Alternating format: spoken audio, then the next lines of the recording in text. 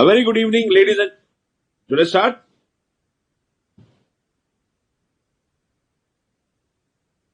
A very good evening, ladies and gentlemen. We are back again with yet another session on mentoring SMPs.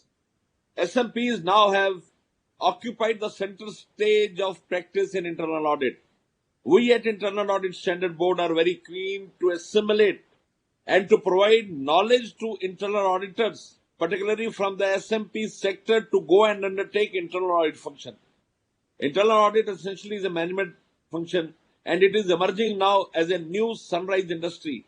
And at this time, we have so many chartered accountants. I would urge all chartered accountants to be an integral part of this. Ladies and gentlemen, we have three very revered speakers of the day: T.A. Rajiv Gupta, T.A. Sanjeev Sood, and C.A. Amit Gupta, who would take you through all the sessions. We start with T.A. Rajiv Gupta, who would speak on cyber and tech risks relevant for SMPs in the digital world.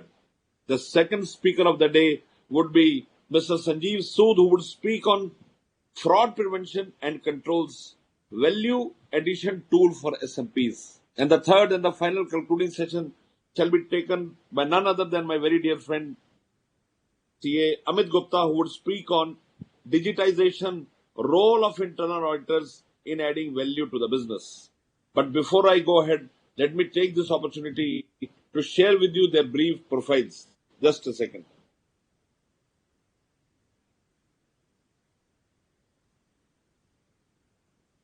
I'll go as per the profile of the speakers. The first speaker, Rajiv Gupta, hails from Bangalore. He was in Delhi, but for his career, he went off to Bangalore. Mr. Rajiv Gupta is an author, speaker, and leader in governance and risk management. He is currently working as Vice President and Group Head Internal Audits in an e-commerce industry.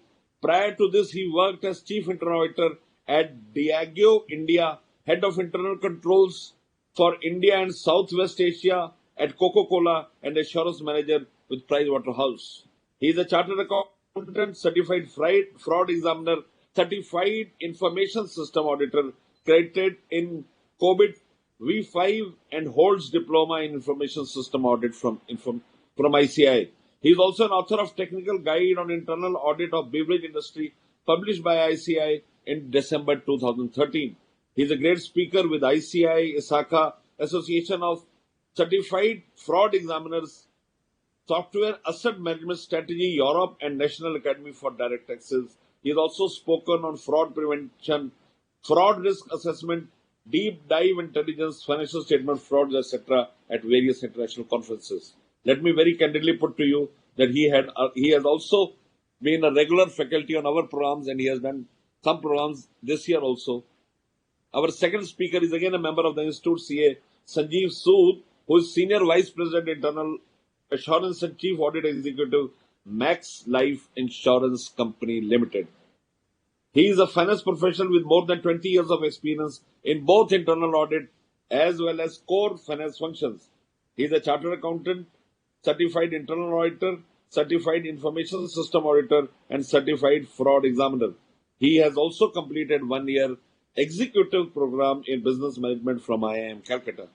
Sanjeev is presently working with Max Life Insurance as Senior Vice President Internal Audit, Internal Assurance, and Chief Audit Executive since August 2010. And prior to this, he had a long stint of 12 years with Bharti Airtel Limited. During his professional career, Sanjeev has worked in different leadership roles across internal audit, risk management, compliance, and FinCap and finance functions. His areas of specialization are deploying internal audit and risk management frameworks, IT and forensic audits, and fraud prevention and control. He again is a very integral part of the board. He was there last year also. This also has been contributing a lot for so many programs. The third speaker of the day, Amit Gupta. Amit Gupta works for a very senior firm. He is a chartered accountant and certified belt with nearly 2 decades of professional services experience across Deloitte, Pricewaterhouse, and other organizations. He is presently a partner with a very senior firm specializing in process consulting, besides advising clients in different geographies globally across spectrum of business in manufacturing, mining, metals, etc. Amit has keen interest in research and education. He was the member of the Internet Standard Board for multiple number of times during 2010 to 2020. He has authored technical guides for planning risk-based internal audits and internal audit of sugar industry, which have been published by ICI. He is a friend, philosopher, and guide to the board. Whenever we need him, he is always there. So, ladies and gentlemen, before I invite the speakers for their deliberations, let me present the keynote address to all of you. Wait for a second, I would just share my screen.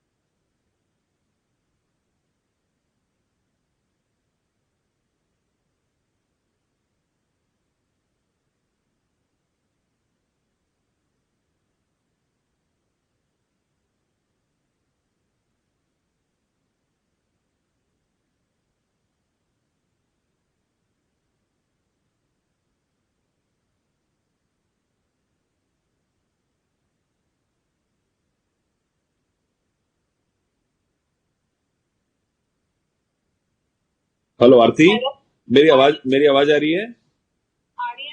और नहीं, screen के साथ आवाज आ रही है? हाँ, आप एक बार कंफर्म करना मुझे। मैं अभी नहीं, मैं बोल रहा हूँ, आवाज नहीं है।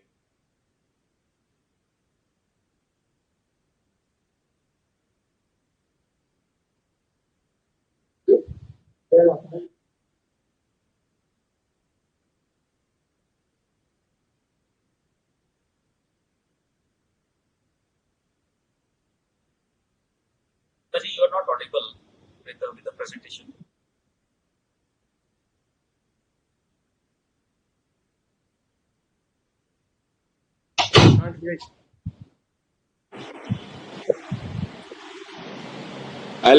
There is some issue with the PPTs, so I'll just start with the first topic, which is cyber and tech risk relevance for SMPs in digital world.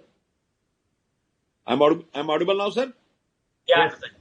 Yes. So basically, an SMP provides services to business entities and particularly corporates. So you need to understand what are the forces of cyber vulnerability. You need to understand cyber risk, why cyber risk has grown to such alarming propositions.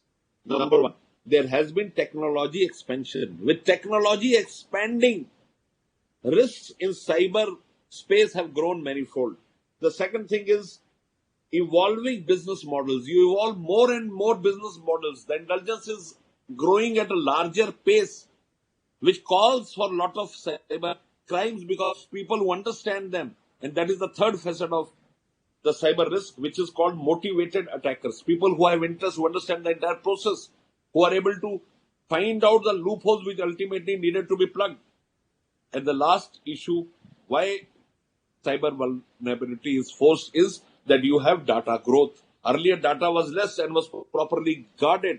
But with so much data now coming in, that has created a lot of greener pastures for the cyber attackers or fraudsters, as you may call them. The role of internal audit to counter cyber security attack. The first area where you need to lay emphasis to improve the organization's ability to identify, assess, and mitigate cyber security risks to an acceptable level. Identifying and mitigating, and identifying any such cyber risk that may creep in during the course of business proposition. The second, it becomes the initiative of the internal auditor to develop a cyber security strategy and policy with the management so that all such issues are kept at bay the moment they start arising. And the third and important one is cyber security risk is integrated firmly into the audit plan. And that integration helps you move ahead. The audit plan, when it is followed in totos, in a religious fashion, 100 by 100, at that time you are able to take care of all the things. Now, the fourth and very important is to communicate to the management, because internal audit communication to the management is one of their very essential facets. Communicate to the management that with regard to cyber security, the strongest preventive measures required to be taken. It cannot be taken lightly because it would create a lot of problems. So cyber security is a very important area and role of chartered accountants, particularly SMPs, cannot be undermined. Therefore, we have Mr. Rajiv Gupta to take care of that. Second topic is fraud prevention and controls, value addition tool for SMPs. You have to understand why the fraud occur. If I take 100% dissection of it, 20% occur because of lack of oversight by line manager or senior management or deviations from existing processes. Processes are being deviated. There is lack of oversight. Oversight needs to always remain. If there is change in that, that creates a problem. Now, 18% is because the business pressure to meet targets. When you come to targets, you try to ignore the warning signals that creep up. The third is 14%, which is due to lack of tools to identify potential red flags. If you don't have infrastructure in place to take care of Atmanirbhar Bharat, where the government has said that they'll be funding the technological needs of the SMEs, small and medium enterprises. So if you don't have tools, again the problem is 14% again is due to collusion between employees and external parties. So there is a fraudster at your home. We chartered accountants work in tandem to ensure that we give the best. But at times we are subject to criticism, although we don't bother because we work for the benefit of the society, the stakeholders, the government, and more particularly the clients. If I have to say in Urdu, there is a very great couplet which says, तारीफ की चाहत तो नाकाम लोगों की फितरत है. तारीफ की चाहत तो नाकाम लोगों की फितरत है, काबिल लोगों के तो दुश्मन भी कायल होते हैं. So we belong to that class, that creed, who's always ready to contribute. But our contribution always needs to see that there is no person at home who's giving or facilitating the fraudsters. 12% occurs because of new technology or channels which the people at desk are not aware of. This is again a very big problem. 10% is because of difficult business scenario where you are not able to lay your hands or focus.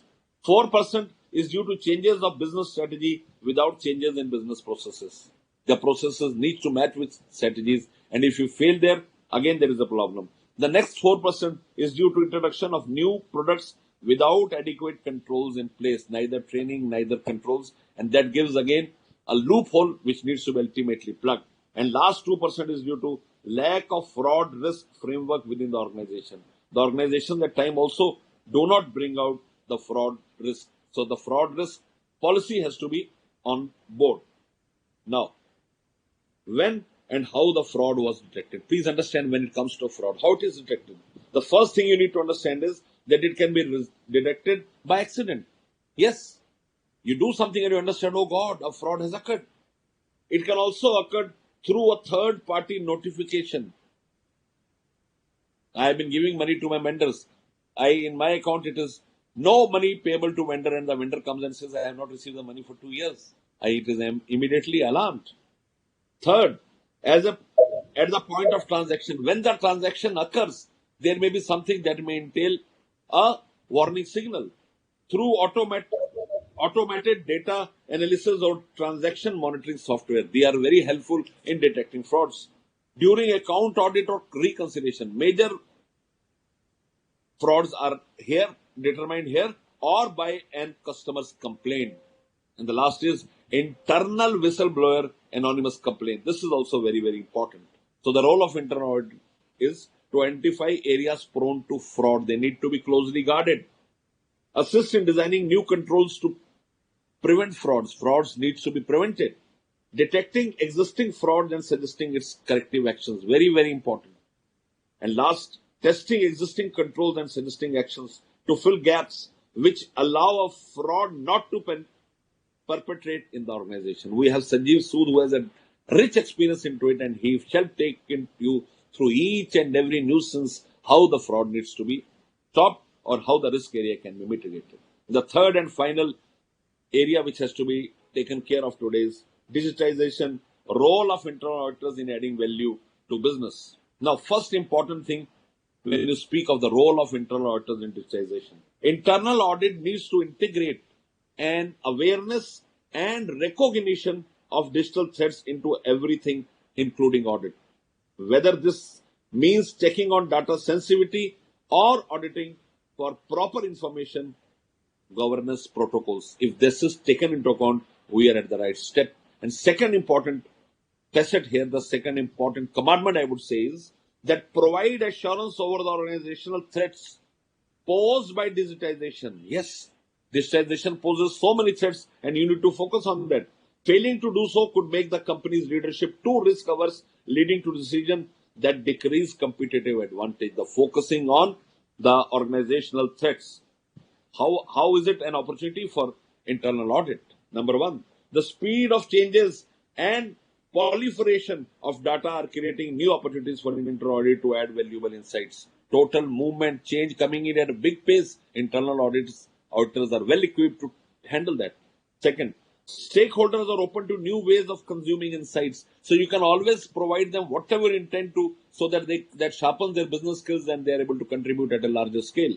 And the final one is internal auditors are looking to build their skills to work effectively in this new world and underwrite their future values to the organization, which is the basic soul of an internal auditor. So ladies and gentlemen, I will not take much of your time. We have three very learned speakers who will take you through the entire process of it. So I request Shri Rajiv Gupta to start his scintillating presentation. The dais is all yours, Mr. Gupta. You can start it.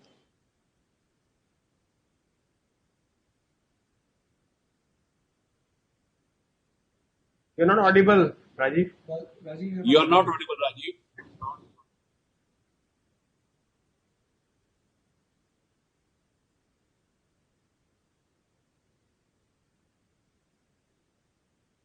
Audible now?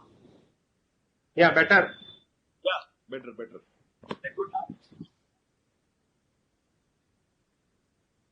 Am I audible now? Yes, please go ahead. Okay. So thank you so much, Nandaji, for setting the context in your signature style. And I always look forward to to a new kavita, a new quote from your side, before start off. Thank you, Rajiv ji. Thank you so much. I hope my screen is visible now. Yeah. Yes, visible. Yes. So, the topic for today's discussion is something which is the talk of the town, city, and the world. And it is the talk of the town and every place is because cyber and tech risk is to everyone who is online. Whether you are using a phone, or if you are online using a laptop, desktop, or your company server.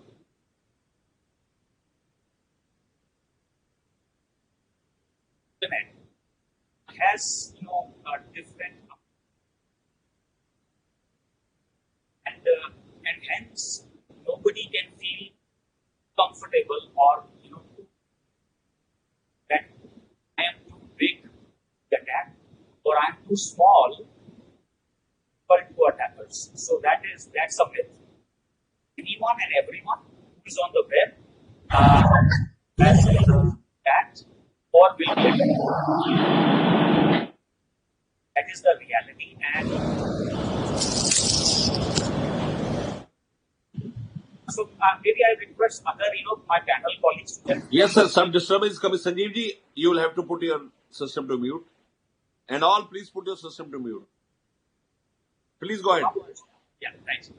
And in 2020, the risk of cyber attacks and the technology-related failures, they have increased all the more in year 2020 because of coronavirus.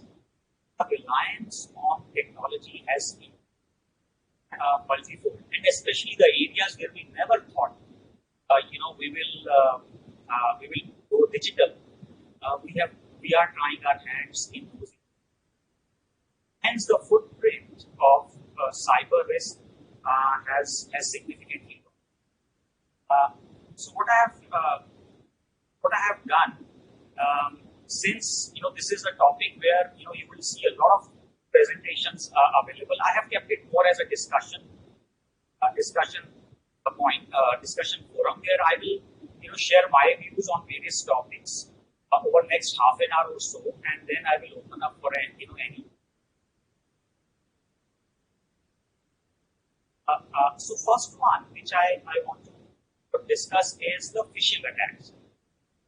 Attacks are the ones which are there for more than a decade. And with the passage of time, the maturity of what exactly is a phishing attack? It is the one where someone entices you, a link, the form, presuming that you are actually a genuine, or you're on a genuine link website, but is actually something which is a fake website or a link to a fraudulent URL. And by doing so, whatever information you put in there, that goes into the hands of the phishing attack is something which is very old and it is becoming stronger day by day. The reason is the weakest link is the human being, the users in any and every company.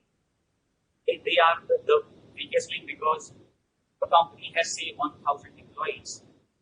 The fraudster, the cyber attackers, they just wait for of those employees the link which has been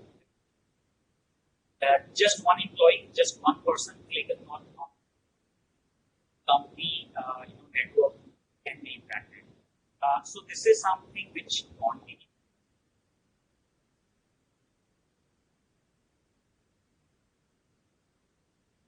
Is one area where, irrespective of your client size, whether it is too big or too small, the client which is using servers, people accessing the reality for everyone. Adequacy and effectiveness of security awareness program is very, very important. How well those are being shared with the employee. SMSs, carrying some unknown links. What is going to improve? It's possible that their phone may get compromised, their laptops may get compromised. They are connected to the company network. That it can also impact and it can even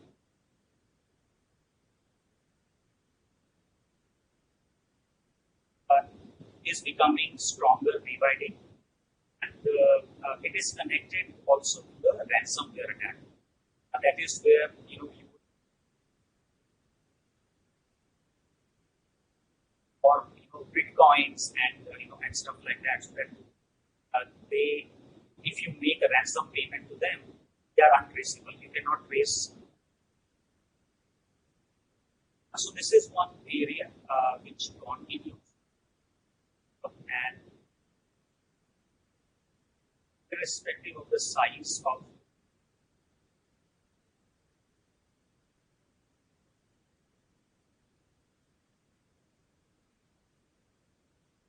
the next one is fake domain fraud. This is one which again becoming very, very common.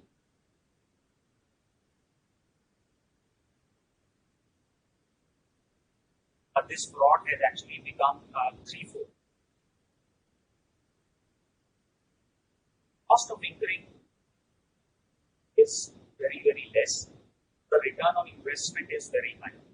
What the cyber attackers need to go to any of the site which is selling, have to purchase domain name which is it sounds and appear very similar the domain name of any reputed company.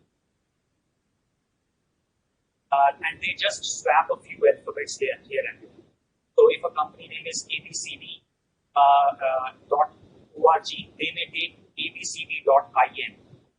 If the company name is abcd.com, they may take ab.com. So the difference is so minute that many times we don't really worry about it. The username, we look at the display name, the email is coming. If the display name says it is Mr. Nanda at the rate of ia.org, many times it is possible that we may not worry because we know Mr. Nanda and we know he is very active, in organizing these type of events. So any email coming from him, actually coming from someone else, probability is very high that we will presume that this email has come from Nandaji. And many times what the cyber attacker does, much reputed, and they ask for some favor. They ask many times for monetary favor, saying, oh, I am in dire need of money, I lost my wallet and I have to make some urgent payment, maybe for my credit card and stuff like that. And not commonly, but there are 0.0% of people fall these type of traps. Like you and me, but so easily. But there are few people who still fall into these type of traps. So there it is always recommended that if you have got any such request for money to a particular account, or to transfer money to a wallet,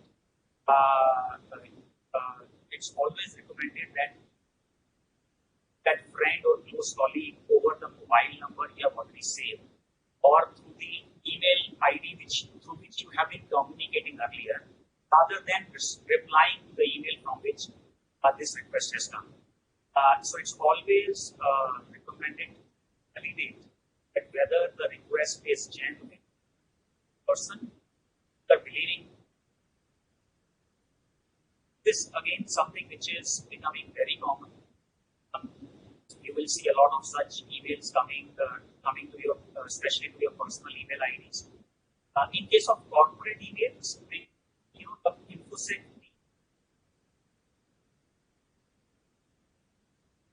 So it's possible that you may be seeing less of such type of emails in your corporate IDs versus your personal IDs like Yahoo, Gmail, and stuff like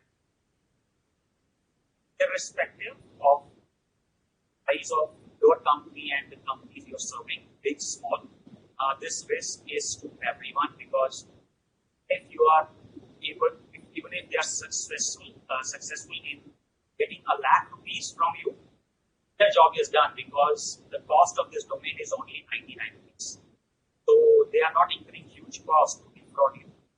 ₹1 lakh income versus 99 rupee cost is a great revenue. So this is something which we need to be careful about. Third, very important area in this online world is where my data is stored. Very easy, and this used to be easy.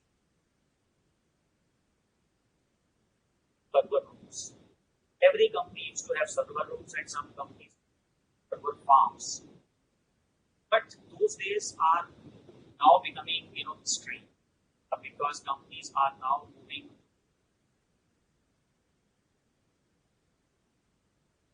to be much more safer, and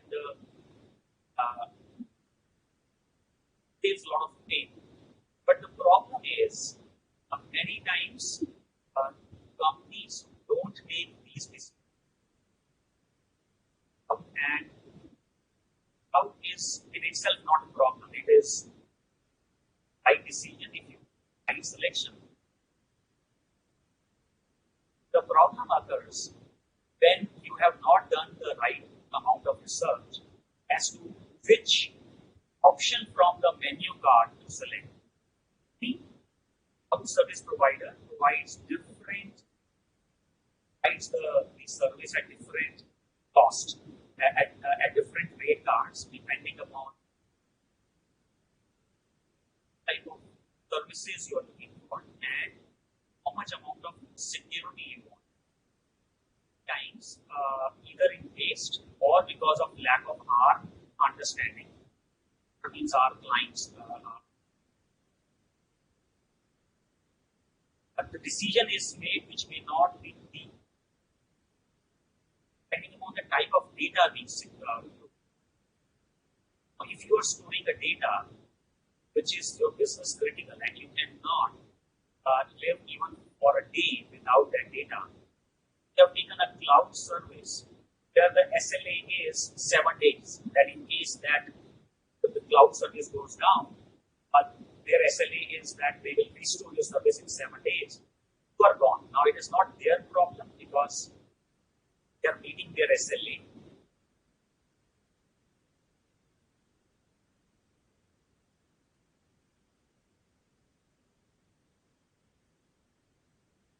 We need. Are we paying?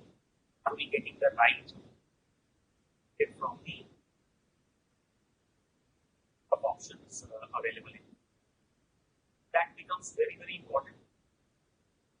Where my data is stored and the next one is, do we have a backup and where?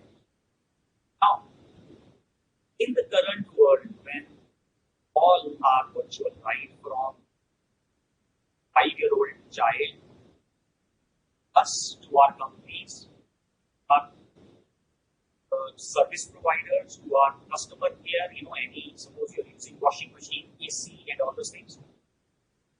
Those customer support guys, even they are sitting at home. Everybody is now online.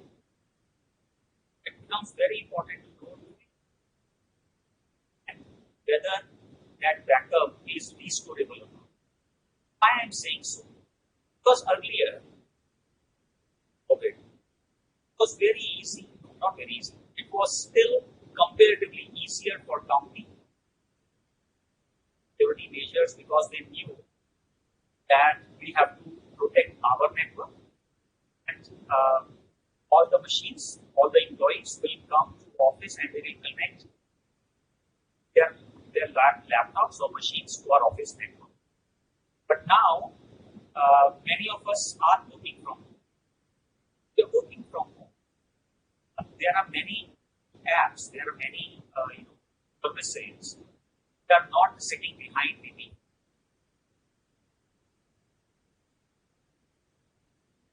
Yes, any companies, applications and data,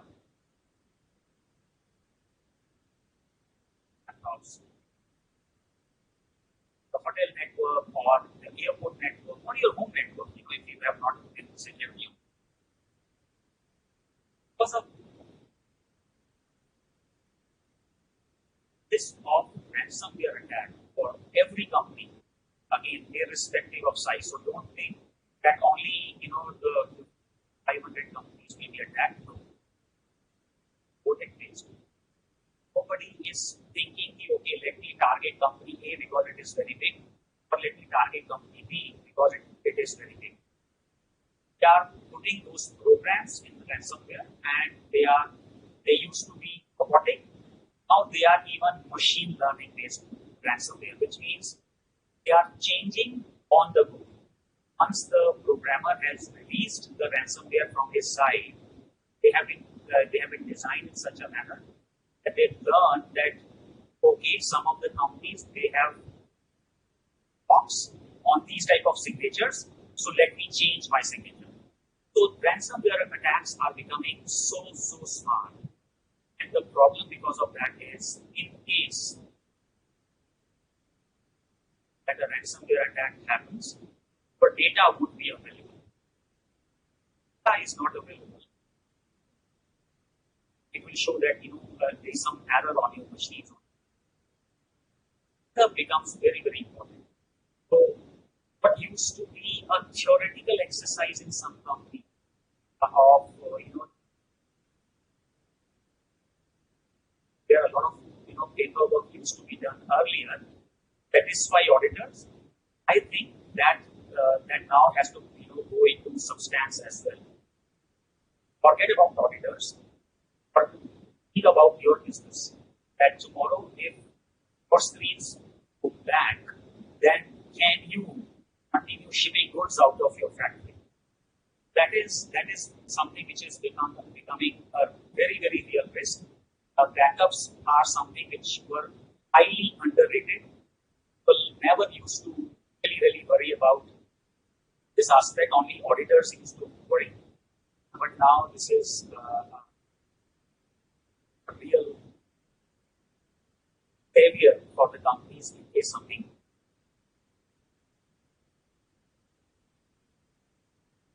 And media disposal. Again, you have been hearing this for quite some time, but now there has been very systematic process where there are data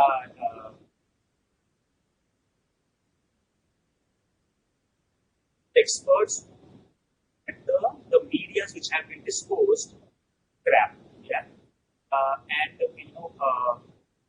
like ICI and other institutes, they have been recommending as part of for example in ICI a program. There has been a chapter which has been focused on especially if a disposal of media. That used to be a theoretical knowledge years ago, and that knowledge, that chapter has become very practical in current times, because for disposing of this, either your personal laptop or which can be hard disk, can be CDs, DVDs, to degauss them or to actually destroy them. Because if you sell them anyways, you're not going to get a lot of money out of it. There is always risk of someone somehow taking out any data out of it. So these days, it is there are cyber experts recommending all the more cautious and don't look for making money by selling your or your company's gold. First choice, the safest choice, is either destroy the hard disk or degauss it. So this is becoming very important, very practical advice. The next one is on there are many companies, especially in case of very big companies who are driven through ERPs.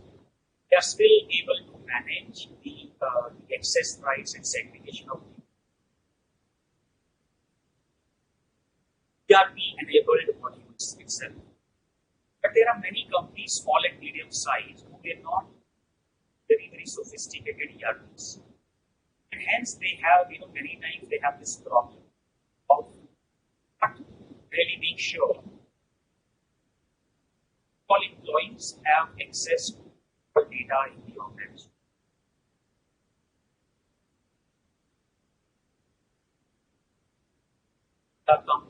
Companies also used to employees have are very limited, and hence there is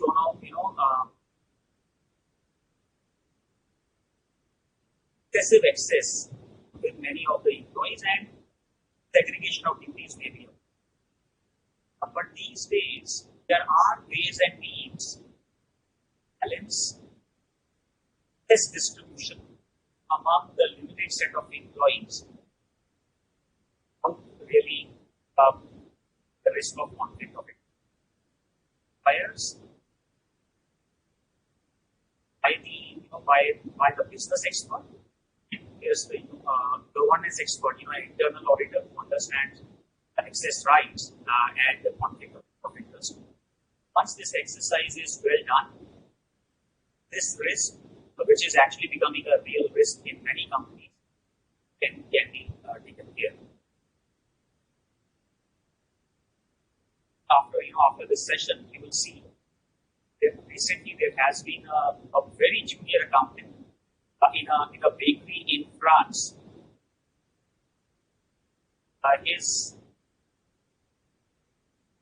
This perform bank reconciliation. Now you may think bank reconciliation is such a simple exercise, how someone can misuse. There was this gentleman who was in that bakery.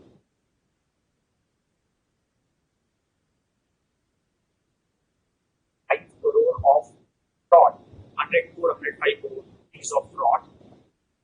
That big. So that was France's biggest break. The point here is he had two conflicting access rights. So that is the case. Then what? For a medium size. Activated because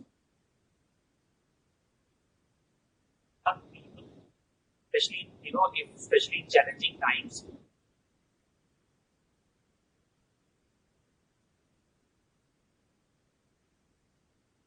of such of the lack of segregations which are available. And the last point is on the social media policy. And you will be surprised why I'm talking about social media. Because over the last 6 months, what has happened? Anybody and everybody who is studying from home, is having his work machine open as well as social media open because it is becoming so boring working alone.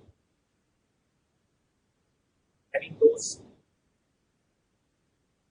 breaks which we used to have in office, when we are working for a couple of hours, and then we used to take a coffee break with our friends and colleagues, then used to come back and continue. Those breaks have gone, and hence has significantly comparison to coffee breaks. That is where the risk of employees, the third parties, for working, the risk of them putting something which is still a confidential information of the company, or which may be the competitive advantage information for the company. The risk of that information. And this is something which earlier many of the experts used to feel the policy has to be with only the top class companies. I don't think that is applicable any longer.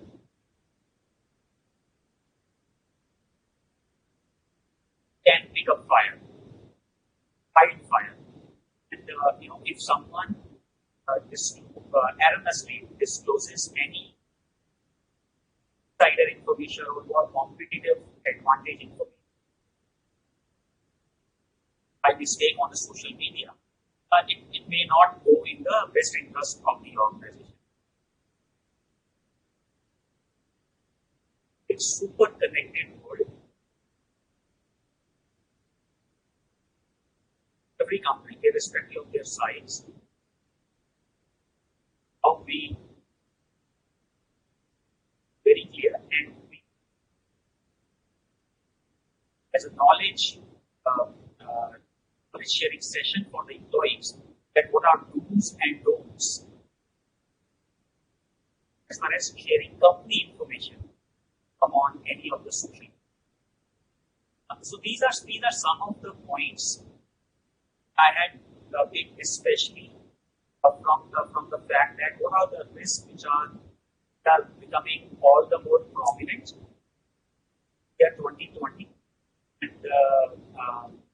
the risk for which not many people are talking. I thought of sharing these. I'm happy to take questions. I think we have time, so happy to take questions in case we have. So yeah, we have 15 minutes. Sir, we'll take questions at the end, sir. Okay. Rajiv. Okay. So you want to conclude now, or you want to take some more time? No, Nandaji, I'm done. So I thought this is, I kept intentionally last 15 minutes. We can take it around 8:30. 8:30 we can take question answers. Thank you so much. Thank you so much, Rajiv ji, for a very scintillating presentation. Ladies and gentlemen, now I present C.S. Sanjeev Sood for his presentation. Over to Mr. Sood. Sood sir, the dice is all yours. I welcome my Vice Chairman, C.A. Prasanna Kumar D from Vijayawada. Welcome, Prasanna brother. Please go ahead, Sanjeev ji. Please go ahead. Okay. Good evening, everyone. Good evening, Nandaji, Prasanna ji, and all my panelists and colleagues. Great to be amongst all of us, all of you, and share my thoughts on fraud prevention and control strategies. I'll quickly share my screen. Give me a minute.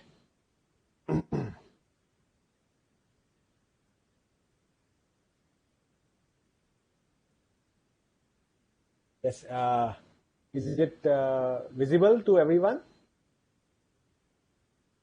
Yes, sir. Yeah, okay, thank you. All right, so the way I kind of structured my presentation is, looking at various elements of fraud prevention and control strategies, and I'll talk and maybe I'll go a bit deeper in some of the strategies that kind of we can look at both on prevention, detection, and response.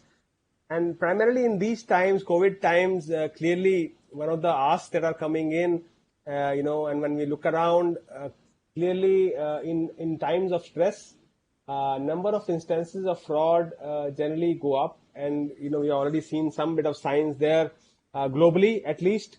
But yes, India is also no far behind. Linking it back to what Rajiv presented just earlier, one of the way that now frauds are also emanating is with the advent of digitization. Clearly, that has actually been an important role to play in the overall fraud prevention and control strategy aspect as such.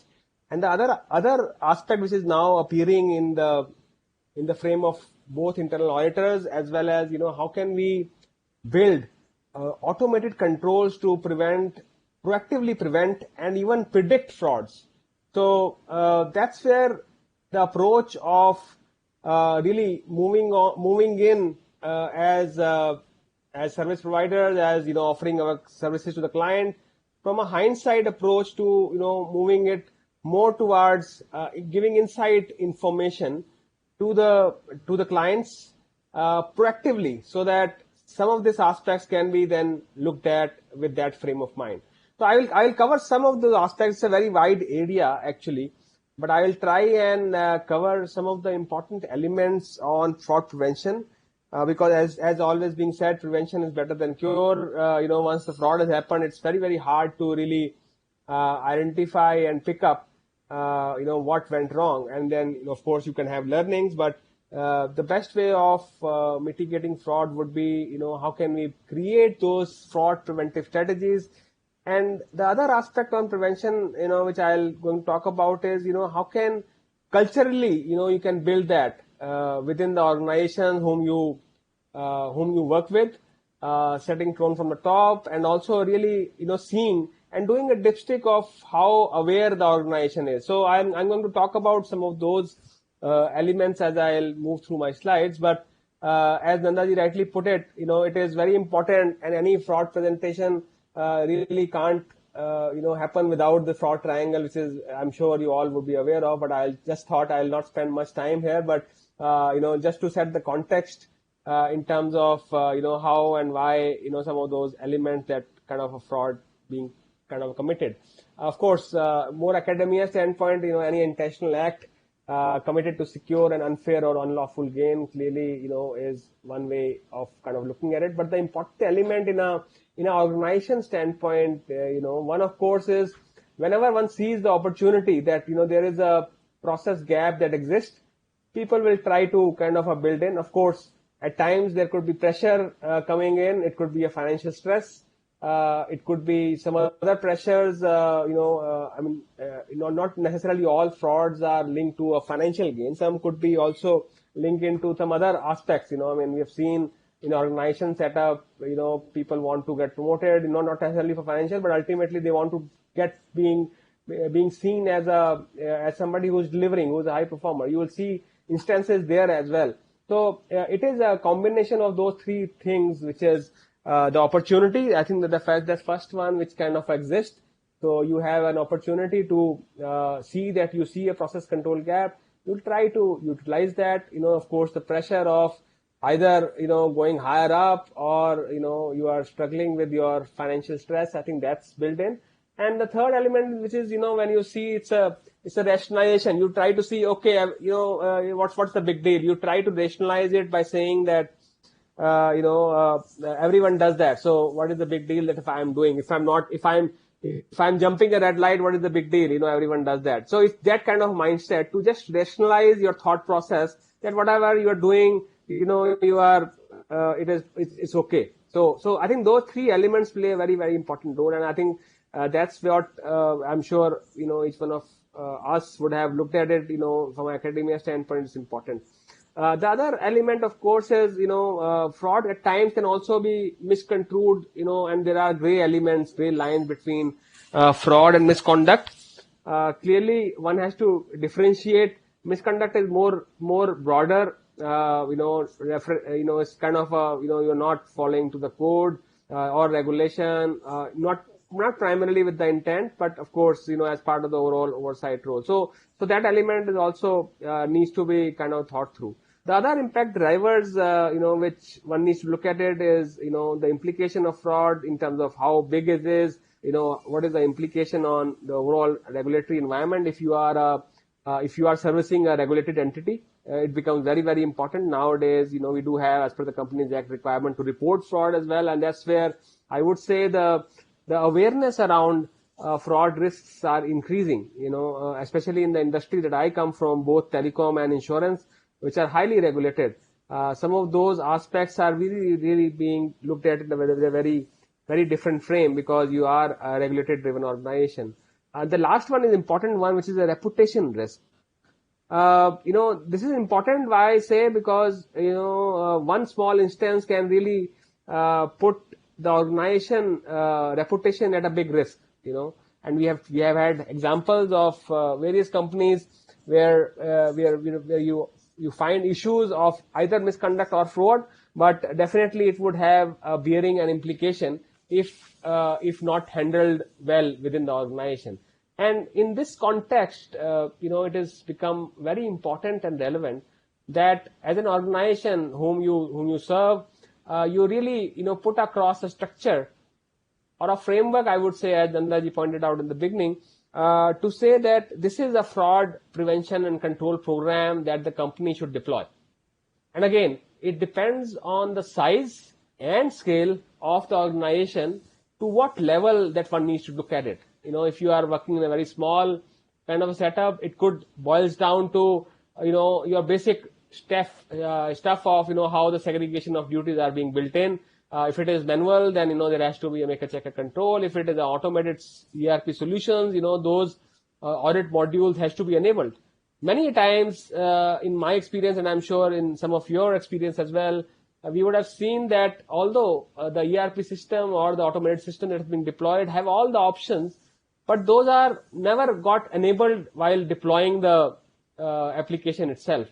I think that's, again, a very small element, but an important element, because when we look at and you investigate what went wrong in that transaction, you would realize had those triggers being enabled in the system, the management could have proactively identified that fraud itself. So clearly, from that standpoint, it is so important and relevant that even the smallest aspect, and when we talked about, and Rajiv talked about the digital world that we are living in that digital world, there are no manual vouchers, there are no signatures that one needs to match and stuff like that. It is all user-based access. So even by simply putting up a very strong governance around access controls would be a right example of fraud prevention, because ultimately what you are doing, if you have a very strong and robust mechanism on employee and user access control on the application itself, you are mitigating the risks of how you are preventing that transaction from happening. So very, very small elements, but one has to make sure that one looks at the basics of the transaction, and when you are deploying those systems, those aspects needs to be really kept in mind. The reason I'm sharing that is because it's very easy for anyone to kind of the people who are working on the application, who are working on the system, they will find loophole. And how can one be a step ahead of the fraudsters is an important element. there are examples of ethical hacking. I think that's another element of fraud where, you do have those cyber attacks that Rajiv mentioned, but that is another element. But I think what we need to first address is that the basics of system that we have deployed, the processes that we have rolled out, and the structures, which is being built in the organization, again, depending on the size and scale and the industry that, you are servicing, it has to be very clearly articulated. It's being said, if you are able to address the people, the process, and the technology aspects, one would really have a very good view of, building a very strong foundation with respect to minimizing the fraud risks. So that's the, and I'll talk more as I go into my next slides, which is to say that how we can combat fraud and what could be an anti-fraud strategy, as I call it, to really build in around some of the elements that kind of look at it with that frame. So if you look at this framework, which is a very simple framework, on the outer side, you do have various outer circle. You have the legislation, the cultural aspect of it, the corporate governance, which is again driven by either the Companies Act or the regulated entity whom you are referring to. And of course, you have to look at it. What are the risk management frameworks in case there are existing in the client space, and how we can utilize those existing framework to really come up and support the client in building up an anti-fraud strategy. I think that's an important element. And within that, there are again, three aspects, and I'll talk much more in detail on each of them. One, of course, is the important one that I've kind of shared, is more around the fraud prevention aspect. And there are strategies around fraud prevention, what all that one can do. There are multiple strategies. It's not like, you can do it, that will kind of do the fraud prevention. It has to be a combination of strategies that needs to be deployed. Fraud detection mechanism, again, is an important element because if you can't prevent it, you better be able to detect it, right? So that at least the time gap between the fraud that has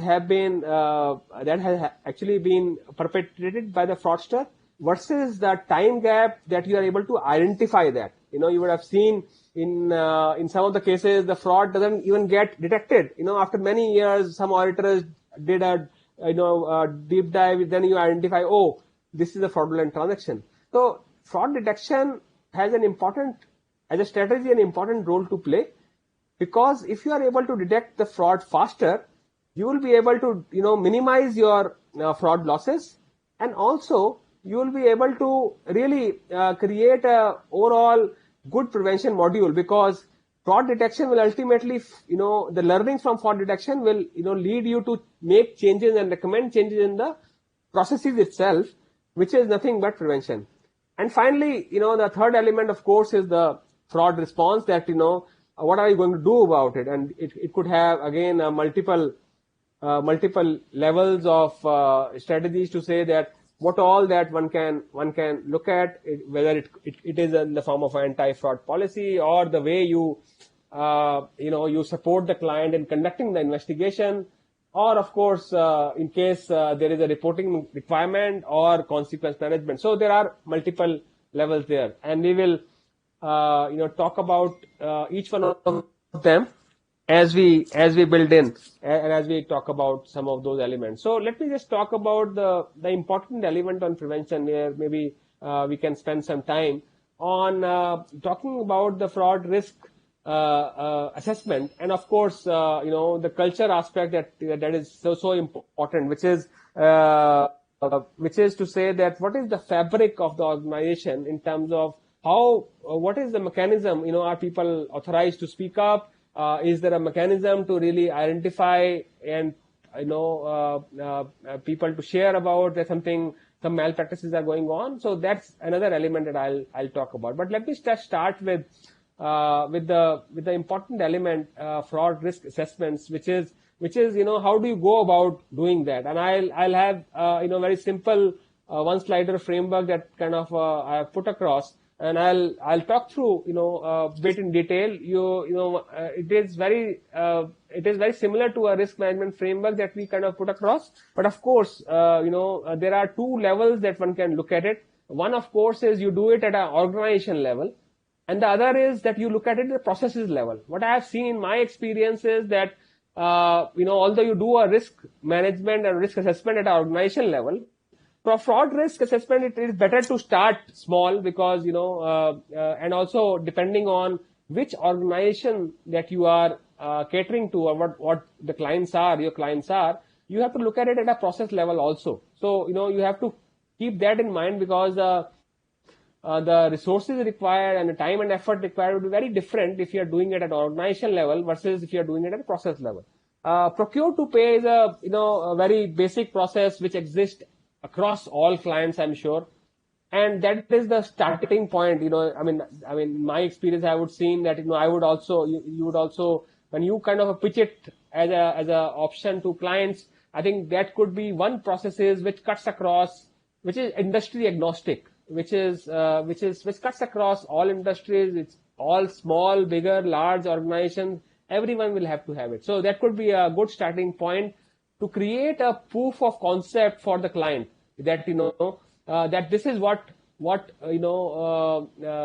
can deliver if given an opportunity. But let me just spend a frame over there, which is to say that how does this fraud assessment framework really works? It is it's a very simplistic approach. I've not kind of tried to complicate it. Of course, again, there is no one size fits all. One has to customize it as per the organization needs, and one has to look at it with a frame to say that how one can really meet the client's requirement. I think the most important element is one can look at it, and there are multiple frameworks available. So I'm not saying that this is the ideal way. I think what I'm simply putting across as a thought to each one of the participants here is to say that what is best suited to the client, and are you able to offer what is the requirement of the client in line with that. So I think that's the frame that one should look at it. But again, just a high level framework that if I have to look at it, you have to look at it, what are the organization policies and guidelines?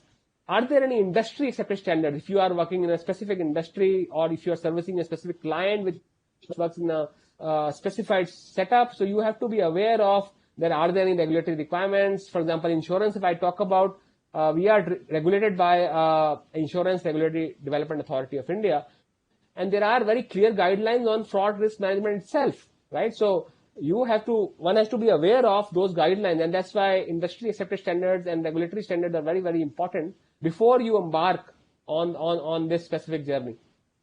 And similarly, industry specific regulation, as I talked about, in insurance, in telecom, you do have very specific regulations which are there. Of course, Companies Act, now have also defined in a way what are the fraud transactions, and those also have to be governed across depending on the size of the company as well. So that needs to be looked at. The next level, of course, is to review the processes and the sub-processes to identify the fraud risk. So you'll have to really wear I would say in just as like a Karamchand hat. What could go wrong?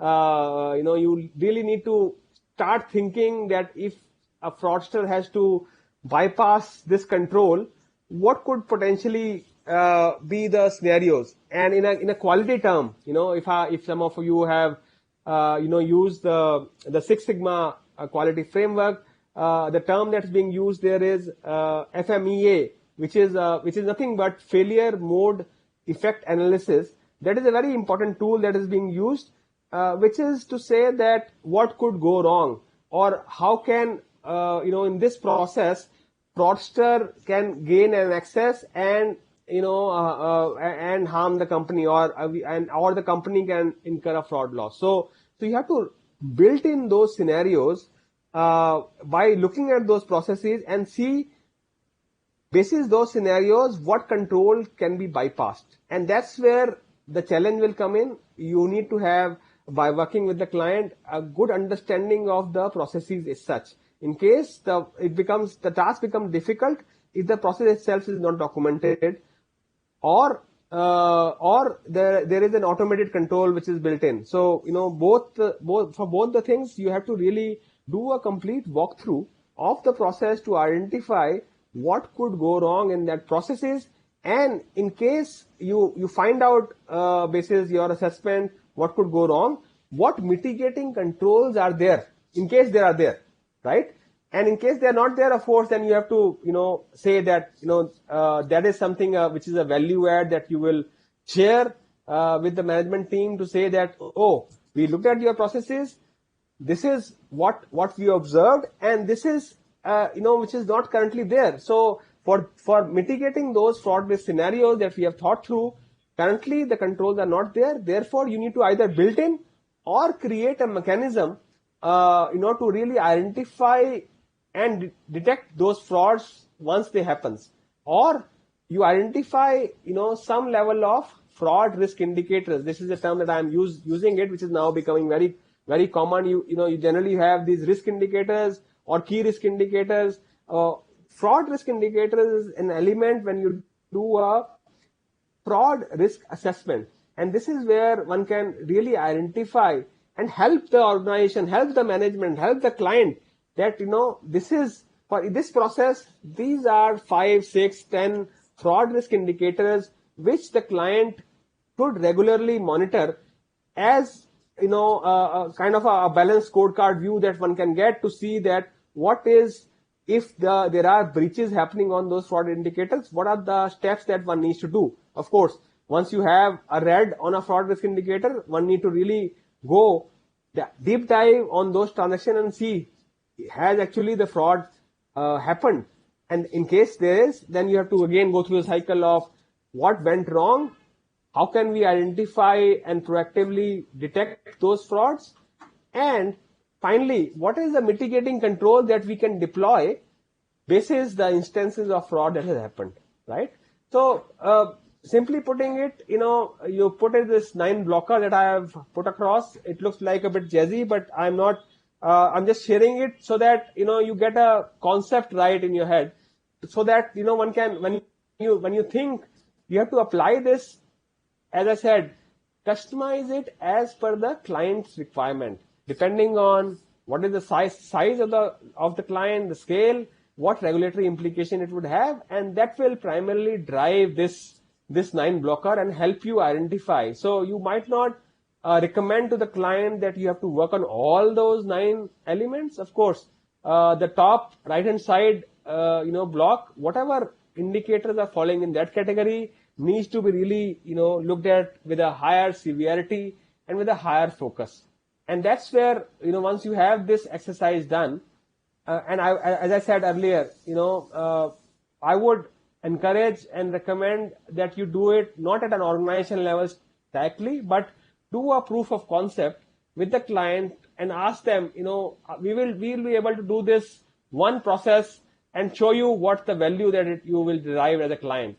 And once you're able to show the value to the client, I'm sure, more business will come. The people will be able to kind of, really see value in what is being offered. So this is, an important element. I'll move on the next slide to say that how we can further build on it, to really say that this is what kind of clearly comes into. What I have not talked about in the interest of time, because this is a very, very vast subject, and I will be touching only few elements of there, which is also mentioned on the fraud prevention side, which I touched upon. It is very important on the prevention side is 2 aspects. One, of course, is how aware is the organization, in terms of the fraud risks, and that you can really, gauge by talking to people, going onto the shop floor and then talking to people, and seeing what is the level of understanding of fraud risk that the organization has. I mean, of course, nowadays with the help of technology, you can do a quick bit survey, do a surveymonkey.com, and you deploy these surveys, and you really get a sense of what is the level of awareness about those fraud risks. So I think that could be again as a tool that one can use, which is available free of cost. Of course, you have to seek client's permission and all, but that will give you a very good idea of the culture level, at the client's place. The second, of course, is while interacting with the top management, you will get a sense of what is the tone from the top, right? How serious the management is, and those are the indicators that will give you a very good view of how should one go about, planning and proposing and putting up a structure to the entire proposal or entire, proposition that you want to take it up to the client. So I think that's an important element.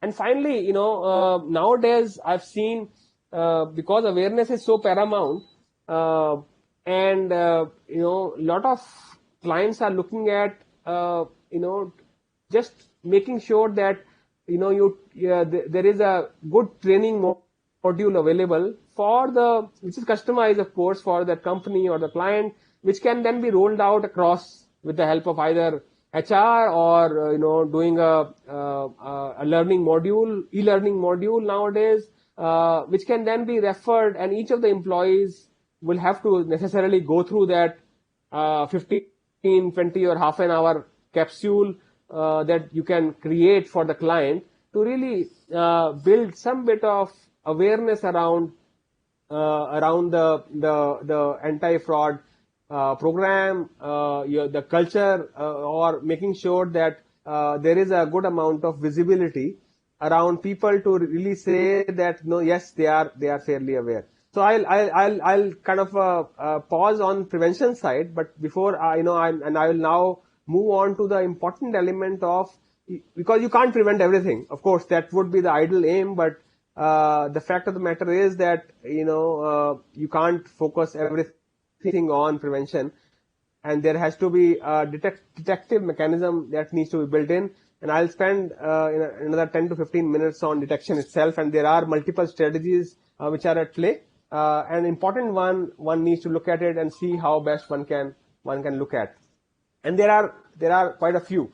And I heard Nandaji talking about in his opening comment, clearly saying that whistleblower policy or whistleblowing mechanism is a very, very important role to play in identifying and detecting frauds. You would have seen that this is a very, very important platform which is available. People call it, organizations call it with different names. Some call it as Speak Up, some call it as, there's a hotline available.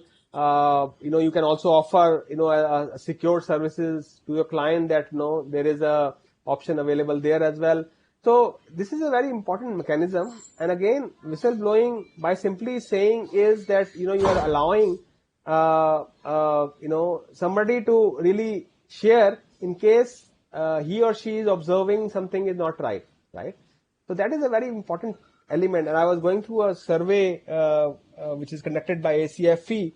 I think you'll find out that whistleblowing mechanism is one of the most important and potent element in identifying frauds. And that's kind of, again, spread across industries. So it is a very, very important element in that aspect as such. So again, from a SMP standpoint, one can look at developing a complete program, including the whistleblower policy. There are, of course, guidelines which are available in terms of, again, industry-specific guidelines are also available, and also generic guidelines from a legal and regulatory frameworks are also available, which can be used to really build a very comprehensive whistleblower mechanism. The other one is also very similar to whistleblowing, but which is again linked back to the internal tip-off. And internal tip-off could be, either moving towards building in from a frame that, it could be coming either out of the reviews, the governance reviews that are being performed, or it could also be, somebody is talking about some of this stuff, not going through a whistleblowing mechanism, but generally sharing. It could be over a cup of tea. It's kind of you have something like, once you go to the client, you are working on a process, just having a cup of tea with the people, you might find out that somebody wants to share. And, if you probe more, you can clearly come up and identify, oh, so there has to be that mechanism which is there, which will help and support in people to just bring up those issues of something which is not happening right. So that's again an important element. And this is again, if you look at the survey, on the fraud aspects, you will find this also comes into play. It can also be by accident, a statutory auditor looking at it, asking few questions, or somebody, just reviewing the files and identify, oh, a bank reconciliation, somebody is, reviewing it, and there you find, something is not right. It could be, either through review or it could be just by accident as well. I think that's another element that kind of come into play. External tip-off is, again, internal is more when you kind of identify through your employees internally. External is more when, if you have a program where, some vendors shares with you that, there is something not happening right in the procurement function, for example, or somebody is, misusing the authority. It could be, in a way, form of somebody, really sharing with you in confidence that there has to be a need to improve the current process, or somebody is not following the code which is being laid down. So this is another way of fraud detection that happens. The next one is again very, very important, and in a financial service industry, I think this becomes the core, and you would see regulations around it as well. In some cases where necessarily job rotation becomes a very important element in a high risk kind of a position. So what it does is that, as soon as a new person comes into the play, the first thing that person will do would be to look at what's not happening correct, so that, he doesn't carry the legacy. He or she starts afresh on that position. And important role in that frame, if you have and this is a recommendation that one can make to the client, that all the high risk positions, there has to be necessarily a job rotation policy, so that, you just like you have in banks, they keep changing the managers from one location to another, or similarly even in a small organization. So for example, if your client is somebody who's an NBFC, who's handling say, in loan disbursement and all, you will find, and it will be a good recommendation to make that, people who are dealing with the same customers or clients, there has to be a job rotation, because as soon as the job rotation happens, it helps you to identify, because that person joins in, he takes over from the other person, and, gives the person who has joined in afresh an opportunity to look at the processes afresh and see what is not working well, and that gives an opportunity to identify and share that what needs to be built in. A similar aligned to that would be, if you see another indicator could be, if you see that people are not taking leaves, you'll have a lot of accumulation of leaves happening. That is another way of, that person doesn't want to move away from the job, right? Because he wants to be always at it, so that he gets a control. The key example that comes to mind is the PNB one, where that person who was handling that continues to be there, no leads and all. He continued to manage that application, and that's how it kind of builds in. So some of those are important element to kind of build in. And the other, of course, is audits. And there's a separate presentation that I kind of looked at it. Nowadays, there is a requirement, even from a frame of Companies Act, to say that in internal audits also one needs to look at and clearly identify that we are covering, while doing the audits, we are covering the fraud risk scenarios to some extent as well. So internal auditors also can't, in a way, of course, there is a limitation in terms of how much internal auditors can do, but the internal auditor also has to look at it with a frame to say how some of the tests that is being performed by the internal auditors also include those fraud risk scenarios as well, right? So that aspect is also, becoming very important and relevant as one builds in. And finally, risk management is the element which is not in many companies, specifically not in smaller companies as a function it has, but wherever it is there, I think they also play a very, very important role in the overall scenario of fraud detection per se. So this is a holistic way, I would say. In summary, as I said, whistleblowing, is one of the most important one. Clearly, picking up and changing job rotation of high risk position, I think, is another important element that one needs to build in. And of course, audit, as well as by simple reviews that you might come across, identifying this to really build that in. So this is in a way some of the methods of fraud detection. I'll also talk about in next couple of slides on how can you make this whole thing proactively using data. And I'm using very, very basic and simple. I'm not using any technical stuff, but I thought in these times when everything is virtual, when you really can't really build that in, how important a continuous monitoring or auditing tool can help you identify fraud risks, in that sense. So, this is nothing but audit procedures which involves really performing audit without physical visit to location. And I think, I'm sure all of you, we don't have a choice now to really, do a physical visits.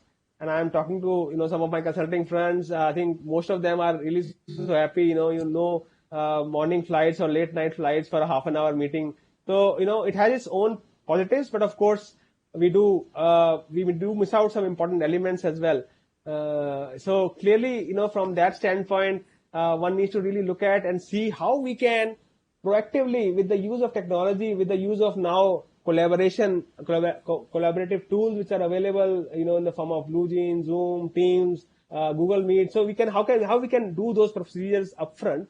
And beyond that, actually, I would say that how can we really create models around which can run on a continuous basis. And I think I've seen few of the firms picking that up. Of course, you can start small by, again, doing a proof of concept with the client to really identify and say, does that work and how it kind of really works.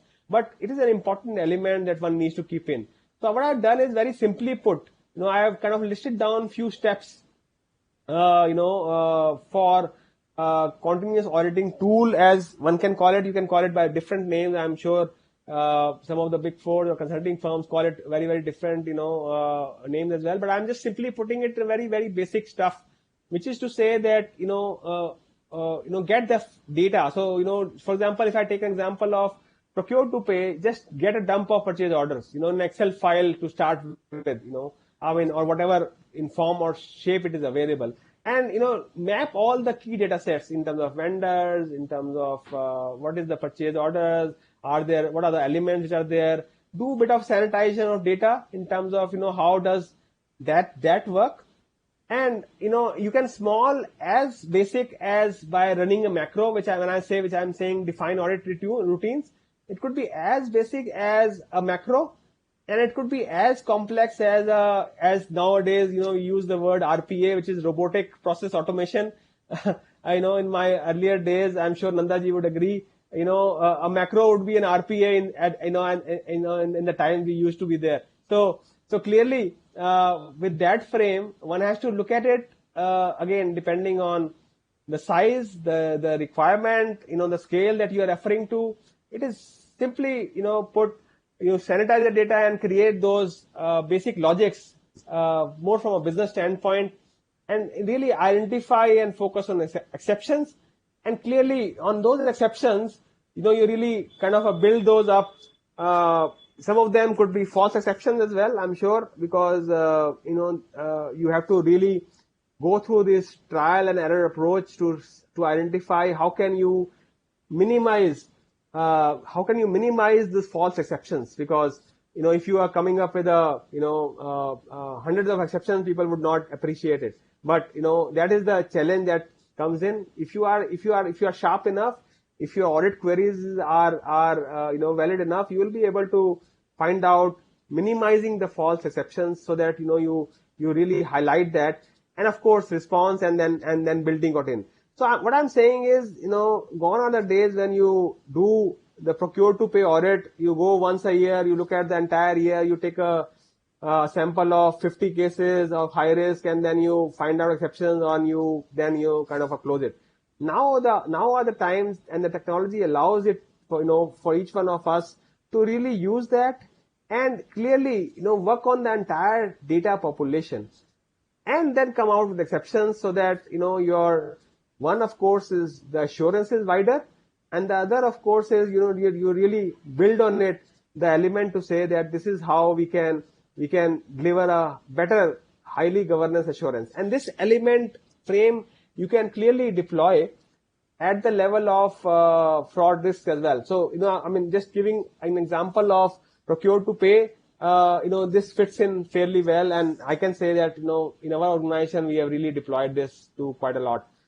So as I'm just trying to wrap it up in 5-10 more minutes to close loop this, but some of this that you can identify, some examples that I'm sharing it with you, a few instances of, thefts. If you run this on a physical verification, which if you have a regular basis nowadays, you have this geotagging, you have this, barcoding available, which is now software available, which will help you identify that. Ghost employees are a very typical example in a large organizations where we don't know how many people are there working. So this tool can be really deployed. Similarly, cash misappropriation stuff, again, running some of the practices that are being deployed can be helped identified through this tool. False claims, nowadays everything, even the reimbursement claims by employees are being submitted digitally. So all the data, is available. We just have to simply have an effective and robust mechanism to utilize that data. Data as is being said now is the new oil. Whosoever has the data clearly is the king. And that's where as auditors or as fraud investigators or fraud preventing and control owners, one needs to keep looking at it, how and what is the mechanism that we can best use the data for, and how can I help my client by using the data effectively to deliver the best outcomes for the client. And I can bet on it, if you are able to deliver a value add to the client, I'm sure the more business will come, the prospects will come, and of course, the best thing would be the client would really feel happy of the deliverables that is being shared by the and the by the service provider in a way. So that's the where it is. I thought these are important and relevant one for each one of you to at least think, because generally what I've seen is this is not an area where we really push ourselves or create a good case. So what I'm sharing with you, few ideas, few thoughts, which you can of course reflect on and see what best works for which client, depending on the size and scale. Now moving on to my last element, which is a response. Again, this is again a very important element, I would say. And when we look at just to complete this whole circle on the three elements that I have talked about, which is to say, how do we respond to fraud? And again, if I take a very traditional view to this, one would say that as soon as there is a talk about fraud, let's hush it, right? Let's not talk about it and all that. I think times have changed now. Of course, some companies still kind of follow that. So I'm not kind of making a judgment call here to say what is right or wrong. Again, it depends on the culture of the organization. But what I have seen personally, that people are now becoming more aware. They are becoming more open to sharing fraud instances. They are becoming more open to say that, because if you don't do that, then the learning won't come in. And if you're not getting the learnings from what has happened as an incident, we will not be able to improve, and will not be able to really deliver the best work for the client. So that in that frame, it is important that there is a good amount of response, and it has to be a very structured response. It can't be just off the cuff to say okay ऐसा कर लेते हैं. There has to be a structure around it, and that's the reason why it is important to have an anti-fraud program. Again, I'm saying again and again that there is no one size fits all. It all depends on the client's need, how big you want to make it, and how small that you have to kind of keep it for the client. Again, depending on the client's need. It's all about clients backward, not what ideally should be there, because again each industry needs are different, each organization needs are different, because one would be referring to each and different organization in that frame. So, but for the sake of it, one can call it an anti-fraud program. I think that's an important element. The other response would be, once the incidents have happened, when the fraud has come to light, what are the next steps? What is the investigation procedure? And then finally, of course, is the consequence management aspect as such. So, some of the elements that I've put across would be an important one in case you see that those are not there. Something that one can support the client to create and recommend. The first one, of course, is just the guiding principle to have a basic code of conduct. I know very, very small companies, it would be driven by the owner itself, right? But that's okay. But my advice would be that if it's driven by the owner, spend a half an hour or 30 minutes with the owner to say that what are the principles that the owner follows, and that becomes the code of conduct. So I'm saying it, I'm making that basic as like that. So I'm not, in a way saying that, you come up with a 50 or 20 page policy on a code of conduct. Not necessarily, again, depending on the client's need. So, but it's an important concept to have to be there. Similarly, an anti-fraud policy, again, depending on what organization that we are referring to. In some of the large organizations that I have seen, you have an ombudsman office, which is again a requirement. Whistleblower policy I've talked about, is again part of the anti-fraud program. The third one is important, HR policies on recruitment and compensation. How can we prevent fraud from happening? The first level would be the background verification. Is it happening or not? Does the organization have this process of doing a background checks? And to what level? Again, there could be various levels of background checks. For what positions? Some of those questions that one needs to really ask and see by talking to the HR head that what all exactly is there. Because in my experience, I have seen that the fraud could have been prevented had we done our HR due diligence properly, in the first instance itself. We would not have hired the wrong guy.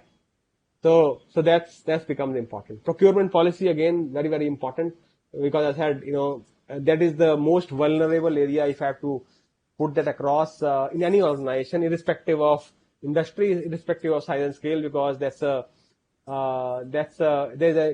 inherent risk, fraud risk, which is there in the procurement itself. And finally, in some of the more regulated industry like us, annual fraud report is becoming, now the regulator is asking how much fraud has happened, so we need to really build that and share that, with the regulator. Few thoughts on investigation process. Of course, it has to be independent and unbiased, substantive and prompt. I think it doesn't serve the purpose if you are doing an investigation after the fraud has happened and the fraudsters have also, not there. So, substantive as well as prompt is very, very important elements of it.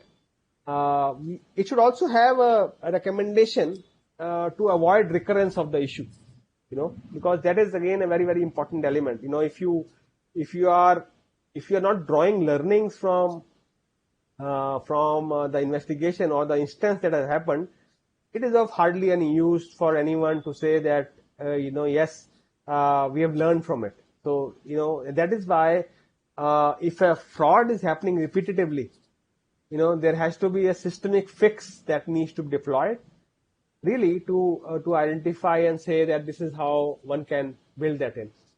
And finally, now there's a requirement now in the Companies Act as well to kind of take call the elements to the audit committee. An audit committee has to look at it with that frame from an independent standpoint, with the independent directors being the chair of the audit committee. So that is, I'm sure I'll not spend much time there, but that is again which is there.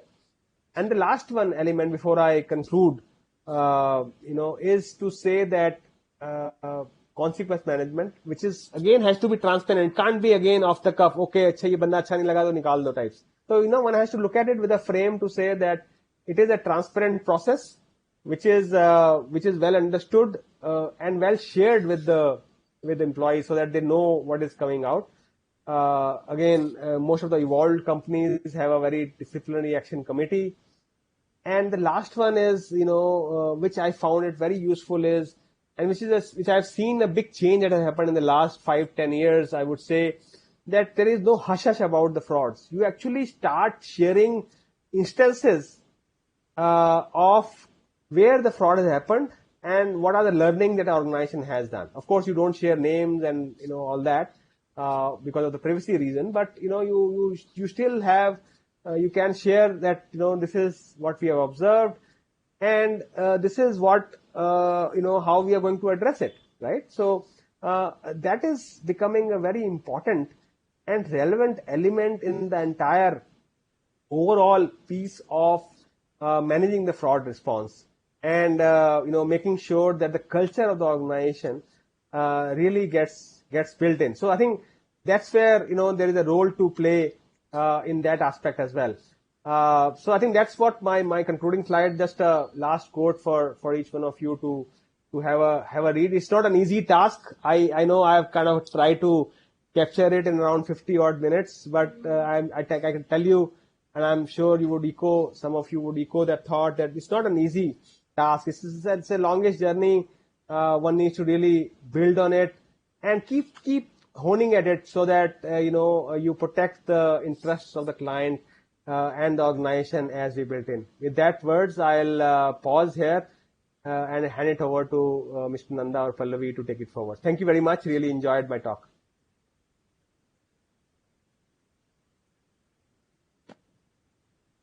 A great presentation indeed, Sanjeev ji. Really enjoyed. The flow was tremendous. Thank you. It was really a feast to people who listened to it. The two presentations have been really fine. And the third presentation, I know Amit ji would give a masterpiece. So over to Mr. Amit Gupta for his scintillating presentation on digitization. Yes, Mr. Gupta, the dice is all yours now. Thank you, Nanda ji. Thank you, Prasanna ji. And thanks a lot, my fellow speakers. Hello, everyone. A very good evening to all of you. Hope all of you are in good health and safe. I know unlock is giving the feeling as if all of us are living in a world without corona. I'll be facilitating a session on role of internal auditors, value to the business. And this is something which has come up in past few months, and more specifically due to the increasing cost of doing the audit, coupled with what internal auditors bring to table as a deliverable. Give me a minute to share the slides.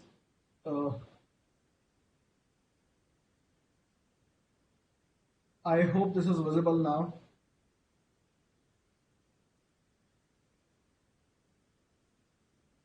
Yes. Great. So, in fact, while I was surfing one of the websites this morning, which was, I think, named Accounting Cartoons or something, came across this pictorial. It's a very subtly but very clearly the messaging which is happening. I'm concerned with why we continue to purchase your audit services when we haven't had a significant issue in years. Or else, the next one, where auditors are trying to justify the value to business. Some of these things have come up in a more, I would say, loud and clear manner, because the clients are now asking questions as to why we should hire your services when the payroll cost is much more lower compared to an external service provider or a practitioner. This is where it becomes more valuable. And I would borrow one thing from the definition of internal audit, which has been provided by Institute of Chartered Accountants. In 2018, when Institute reissued the framework governing internal audits, while it spoke about internal controls, it spoke about risk management for enhancing the governance, it also spoke about achieving organizational objectives. I think as a practitioner, for us it is very critical to look at how organizations are achieving their business objectives and what role internal audit plays in it. So, as a point to add, when Nandaji spoke to me a couple of days back on this session, and I looked back at my career, one of the things which I had to actually look for is where all we have added value to business to the clients and in what shapes or forms. One key thing which actually starkly stood out, and this was essentially because as internal auditors, you have a ringside view of the whole organization, how the complete gamut of activities are working, and how different people behave, what different activities they do, what kind of structures they look at. So one thing which strikes out is the digitization or automation. This is but a natural thing which a internal auditor can focus on. The race towards digitization has more or less begun in all the industries or businesses due to proliferation of technologies. And as one of the WhatsApp forward reiterated in last few months, and you must have seen it. It is not the CEO, CFO, or the Chief Information Officer who are pushing businesses to automate or digitize, but it is a global outbreak of COVID-19 which has ensured that most, if not all, move towards re-examining their digital strategies and accelerating the process of digital transformation. Businesses today are in a flux where as the people, processes, data and technology are constantly changing, or let me put it this way, they are evolving. These major changes present a threat that the overall control environment may degrade if risk of transformation are not proactively identified and prevented. The acceleration of digitization in businesses is transforming the internal audit also at a rapid rate. How to audit is changing, albeit with a focus on catching up to the digital developments. Today, internal audit has already moved away from providing assurance based on point-in-time sample looking back at what has already happened. This is now stepping more into, as Sanjeev mentioned, the role of continuous control monitoring, or as Rajiv mentioned in his talk, around cyber security threats. So internal audit now needs to double down on this trajectory through digital reinvention by upgrading their methodologies, looking at what new things can be done. Like business stakeholders, internal auditors need to figure out how the changes in technology and business environment are impacting the organizations and how to beneficially harness and leverage the opportunities that generated by so and so. During today's session, which will be essentially around 35-40 minutes, we'll be discussing on areas pertaining to digitization, what role internal auditors can play, what are digitization frameworks available, transformation, adopting disruptors, and traditional versus digital system. Traditionally, auditors have focused on their oversight role to ensure that protocols for processes, controls, resources, and performance measures are being followed and are yielding expected results. It is now almost a routine for stakeholders to ask auditors for their insights into the processes and risks. In fact, most of the audit committees where I have been sitting through, one of the first questions which comes to me, and this is even before we get into the discussion on audit report, is where do you believe we can go wrong in the overall business process? Or where do you believe we can automate the things? Or how we can look at avenues to cut the costs? These are some of the things which are playing in everybody's mind. So there is a need for auditors to move even further and faster and develop foresight to determine where an organization is capable of addressing future risks as its digitization program evolves, look at scaling of future growth, or requiring other adjustments. To provide their insights and foresight, auditors need to ensure that they understand digitization and its impact on current and future potential risks. They need to develop the skills. They need to look at or grasp organizations' potential to be in the best position to provide value to business. So now, looking at the benefits, there are different benefits which it can bring in, and can promise stuff like faster, cheaper, better, becoming more of a reality. Benefits holistically which can be achieved include improved accuracy. With more technology involvement, the basic human errors can be eliminated and mundane tasks can be performed using bots or other programmable tools. There is an increased level of assurance and risk management through potentially 100% coverage or a more proactive continuous monitoring tool which provides exceptions as and when they happen. This also gives adequate time for corrective action, and you don't necessarily wait for the activity or the error to happen. So this kind of thing saves significantly a lot of time besides minimizing the risk. The potential to build predictive analytics based on exceptions observed and patterns detected can also support business significantly. I know for an auto dealer, which is one of the largest, possibly the third or fourth largest in the country, what they are doing is using predictive analytics, which one of their auditors only suggested. They have been able to harness it and look at different other avenues of business, which includes not necessarily only selling the car, but also looking at what level of capacity they need to have when the car comes for servicing, or what is the best time when the car is actually going to turn up for servicing. The other avenue is looking at the data which is available by them or with them.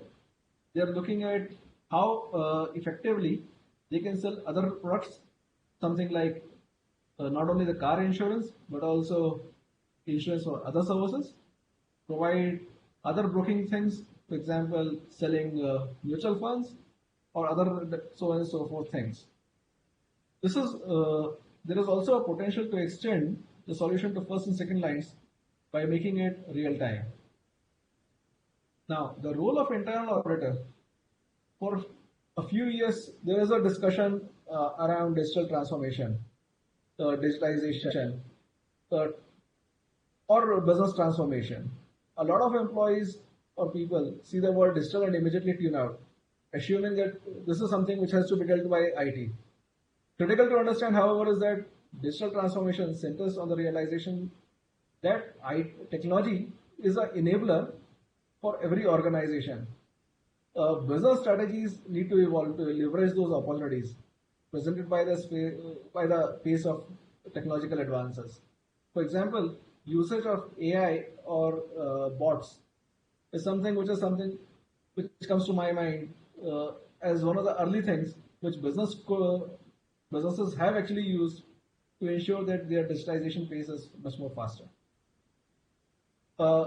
Maybe 20 years ago, internet used to be an IT thing, not well understood beyond the technology mistakes. And I still remember my CA exams 20 years back when we used to consider technology as a black box. Today, the operating models of many of the most valuable businesses rely on internet, and literally all, if not most of the employees, must have expert knowledge to thrive. The imperative to transform arises because we are experiencing three significant changes at the same time. One is change to demand, changes to competitive landscape, and changes to technology. These three things put together put a lot of pressure. With changes in stakeholder demands, competitive landscape, and changes in tools and technologies, the role of internal auditors have also changed and increased. Internal auditors today play a vital role in digital journey of the organization. There are various ways where we can add value to the business.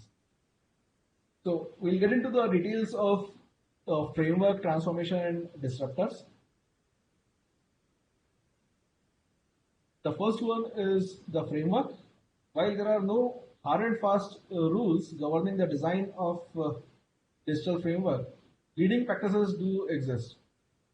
The digital framework that you see on the slide provides the organization with a tool to understand their current digital workplace and identify areas of opportunity to support a better way of doing business by helping them to think holistically. Uh, the first one is collaborate, communicate, and connect. This is all about the employee's ability to do their work or job by collaborating, communicating, connecting with other people in the organization. The goal is to forge productive business relationships within and beyond natural work groups and to enable knowledge sharing across the organization.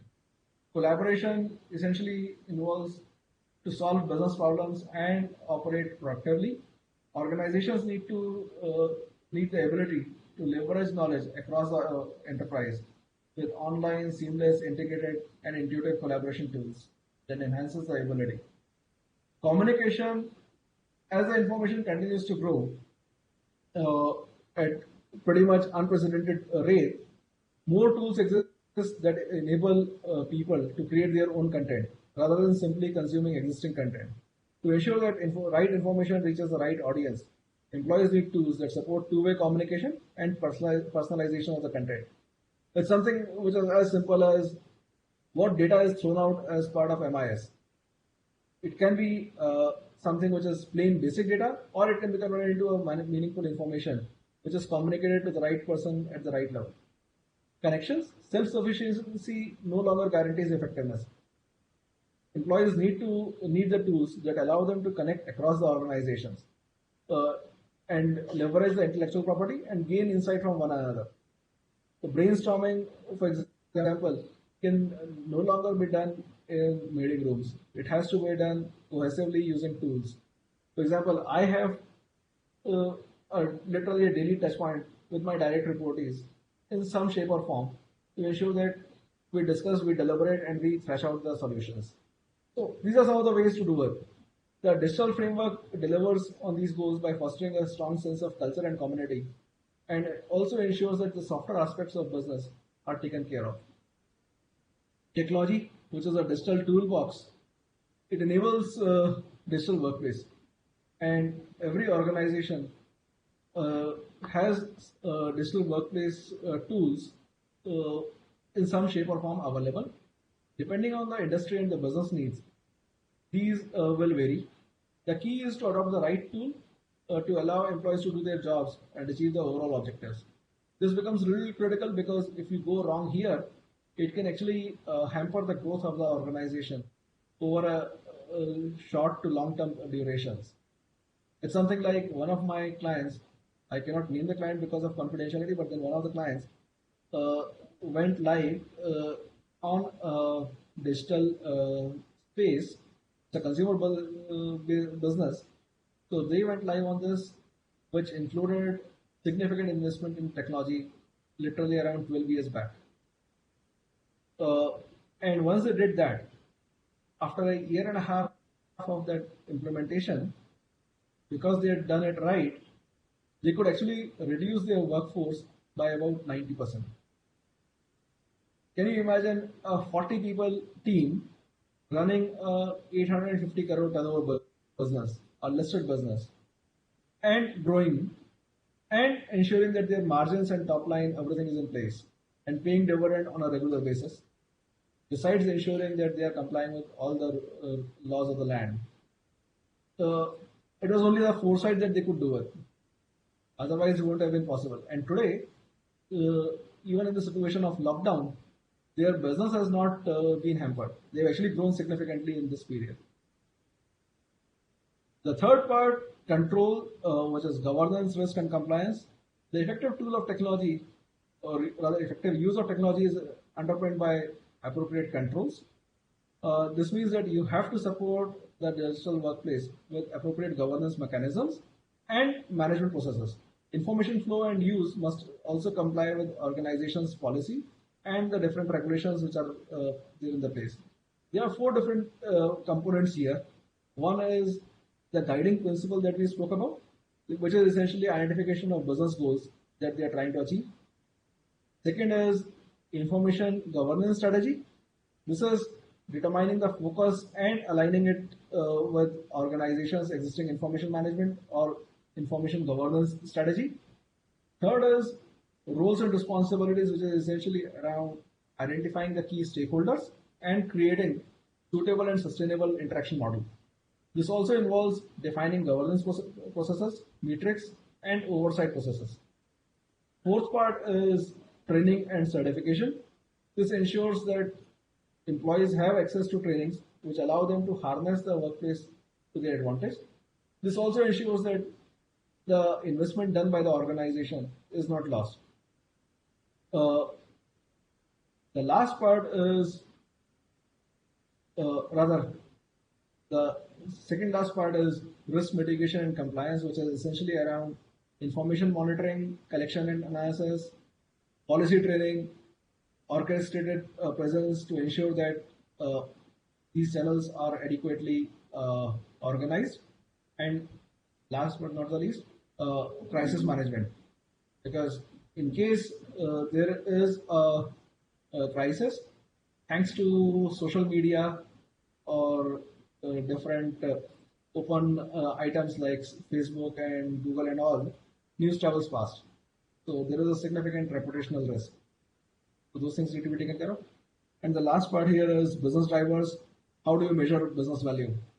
As with any other core initiative, it is imperative that business needs to drive digital workplace. To deliver the necessary benefit, the direction of organization should guide direction of the digital workplace.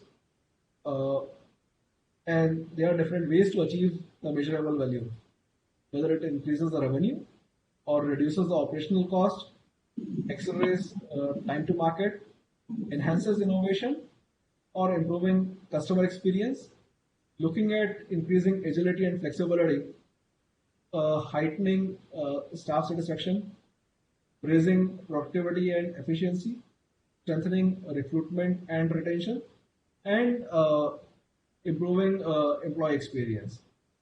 So all these things are important, and in all of these, internal auditors can and do play a large role. The next part of the three-pointer thing is transformation.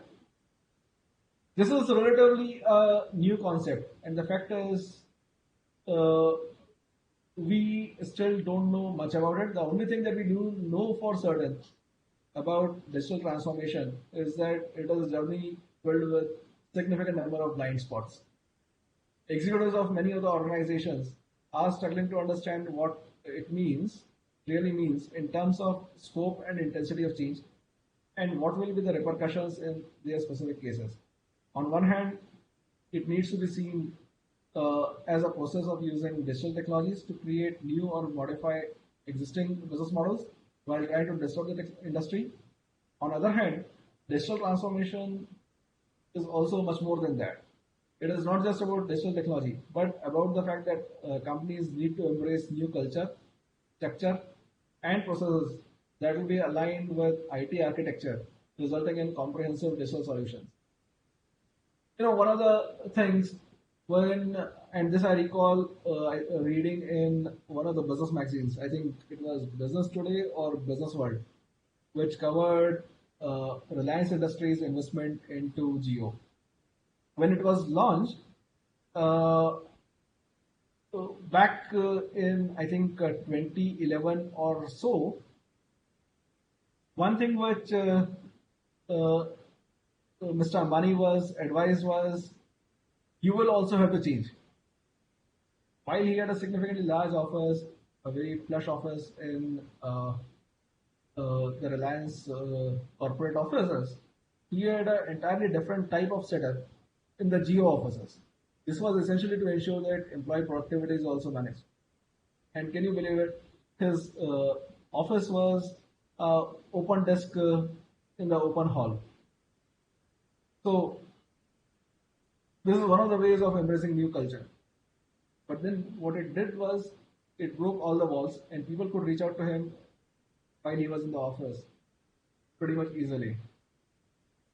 So transformation, and more specifically digital transformation, is something which is fundamental change for any organization.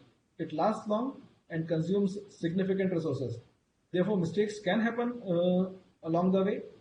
They may be expensive, possibly seriously endanger the organization, but then flip side is they can also bring benefit. The complexity of changes happening during digital transformation journey at times can be overwhelming. Each part of the organization is usually affected. Therefore, what is required as a safeguard for this is a proven discipline focused on analyzing impacts of process changes within the organization in a holistic manner. I should recall something which we used to do at one of my clients many years back. They had this process of approval mechanism for any change in the business, which may be a change due to change in the process. It may be a change due to change in the technology. What really had to happen was, for any new change, it followed a governance mechanism. It had to be signed off by 5 people in the executive committee. It also had to be signed off by the head of internal audit, and had to be signed off by the head of legal. This ensured that whatever changes they were doing are appropriate, or it is a risk which has been known, understood, and taken. So those kind of governance mechanisms need to be put in place. The discipline is something which is important. The next one is adopting disruptors. So a change in audit methodology alone does not suffice. Internal audit needs to truly adopt the disruptions and use all available technology and to reinvent itself. As mainstream business processes are transforming to RPA, machine learning, or AI, internal audit needs to step up. They need to up their game and leverage similar tools and technology to create continuous audit framework, which can quickly identify anomalies from full population data sets. Disruptors are majorly categorized into 2 parts: core modernization and exponentials. So core modernizations are essentially cloud, visualization, process robotics, IoT, which are already there.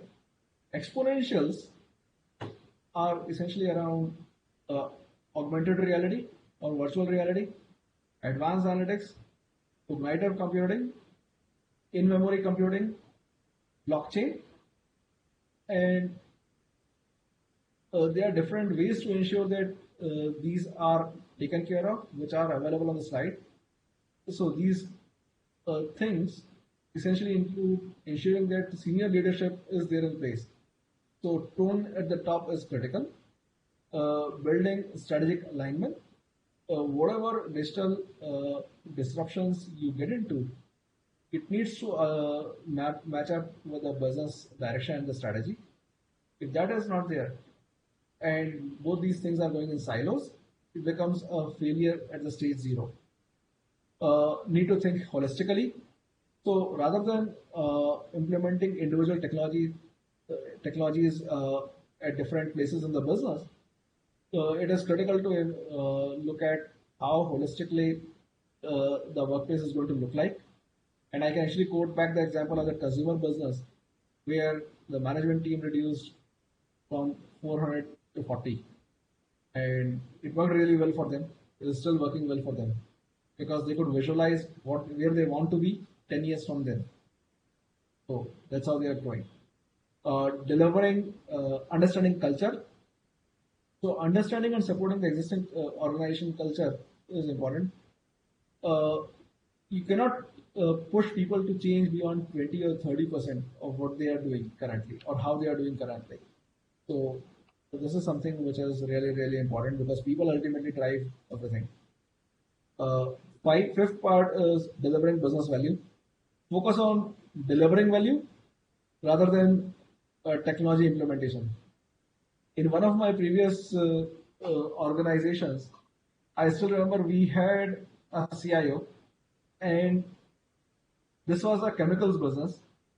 While uh, I used to talk about, so my one of the hats that I used to wear as part of the business was, besides my internal audit hat, was also the hat of clearing, signing off on the key business initiatives. One of the initiatives that he came up with was ISO 27001. I think something of that sort, which was around having right technology things. Seems to be good, but a costly affair considering that business was going through a downturn. The CIO's point was it is good to have, but then is it really critical to have? So look at how you can focus on delivering the value to the business rather than only looking at technology to be implemented. Research the technologies.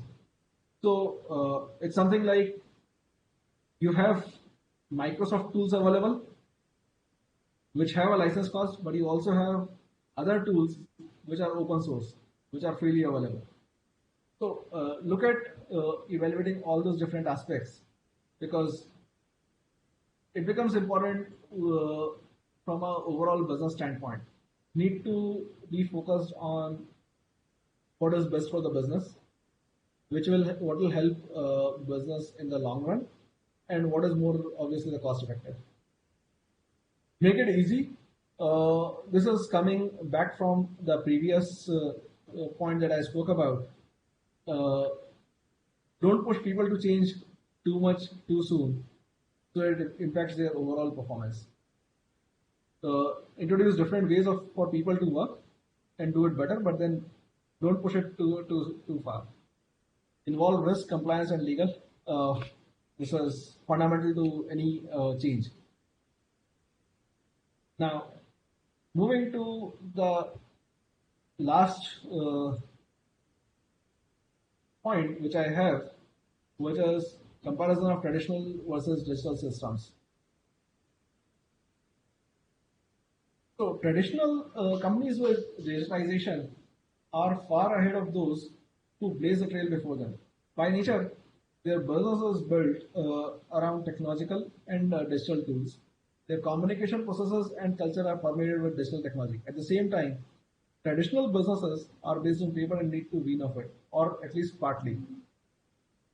This is one of the examples where we are talking about how traditional supply chain works and how digital supply chain network works. So traditional supply chain model has different sub-processes which are working individually without much of interconnection and flow of information. Failure at one may lead to loss for the organization. So developing a plan, whether events are not reflected in demand forecast, can lead to stock out. Sourcing, visibility to supplier inventory, which may lead to non-fulfillment of the order. So the third one is make, which is inaccurate data, inventory data, can also lead to an issue. Delivery, which is more around unable to reroute the driver. So fresh food degrades can be possible. And obviously the support for all these different things.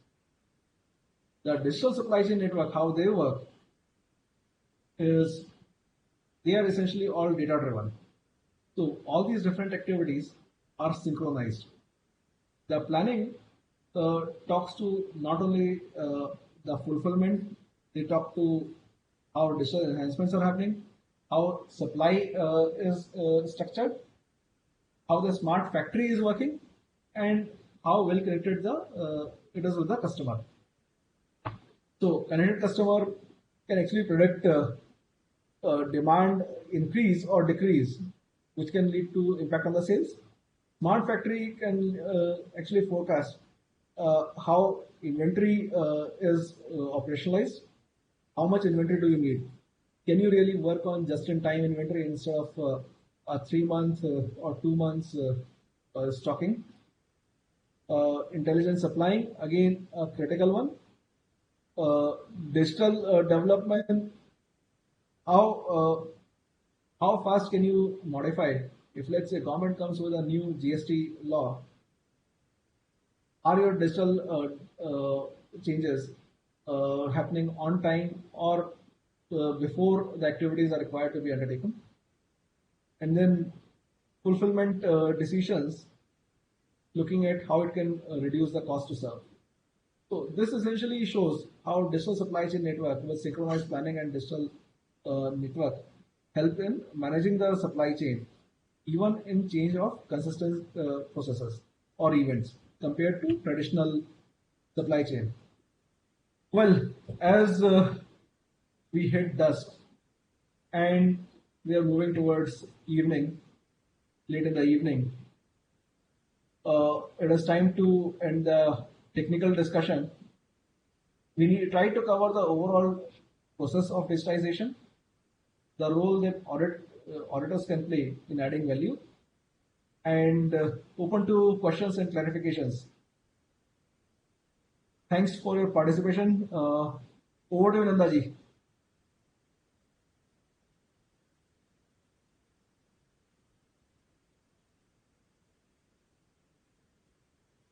Thank you, Mr. Gupta. It was really great.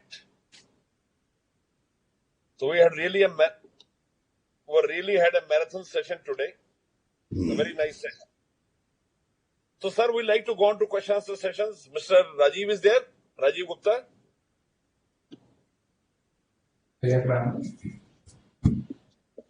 So let me start the question answers.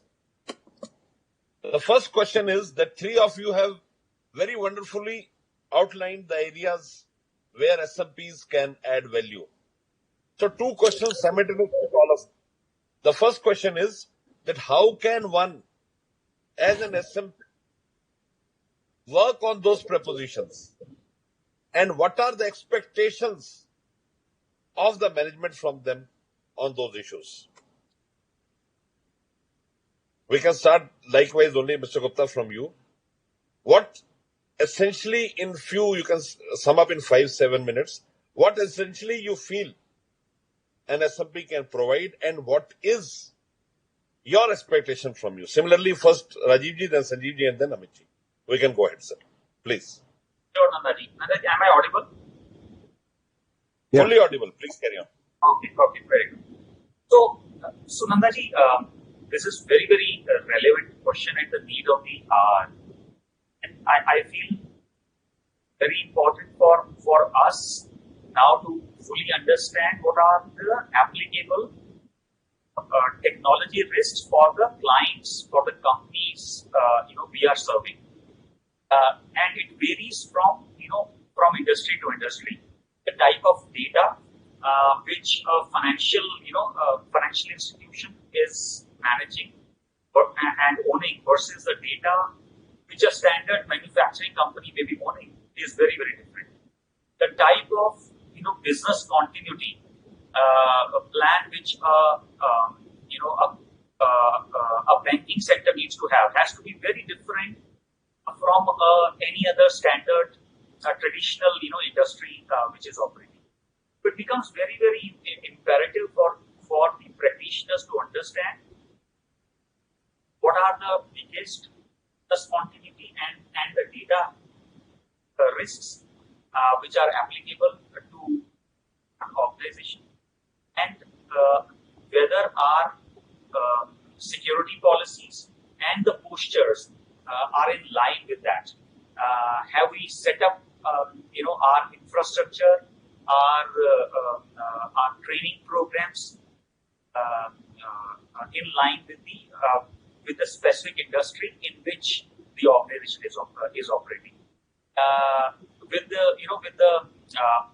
personally identifiable information and GDPR becoming so common in terms of the talk of the town, it becomes very, very important for us, especially in this, fully virtual environment, that how the company information which is being accessed now from home, as well as from the, from employees and the consultants on machines, bring your own devices, how those sensitive informations are being,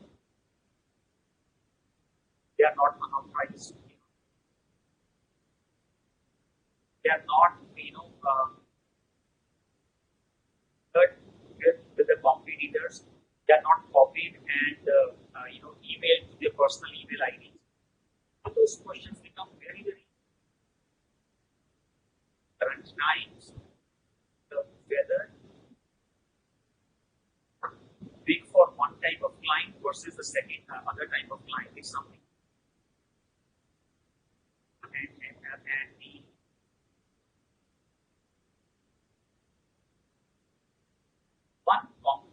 the one thing which any of the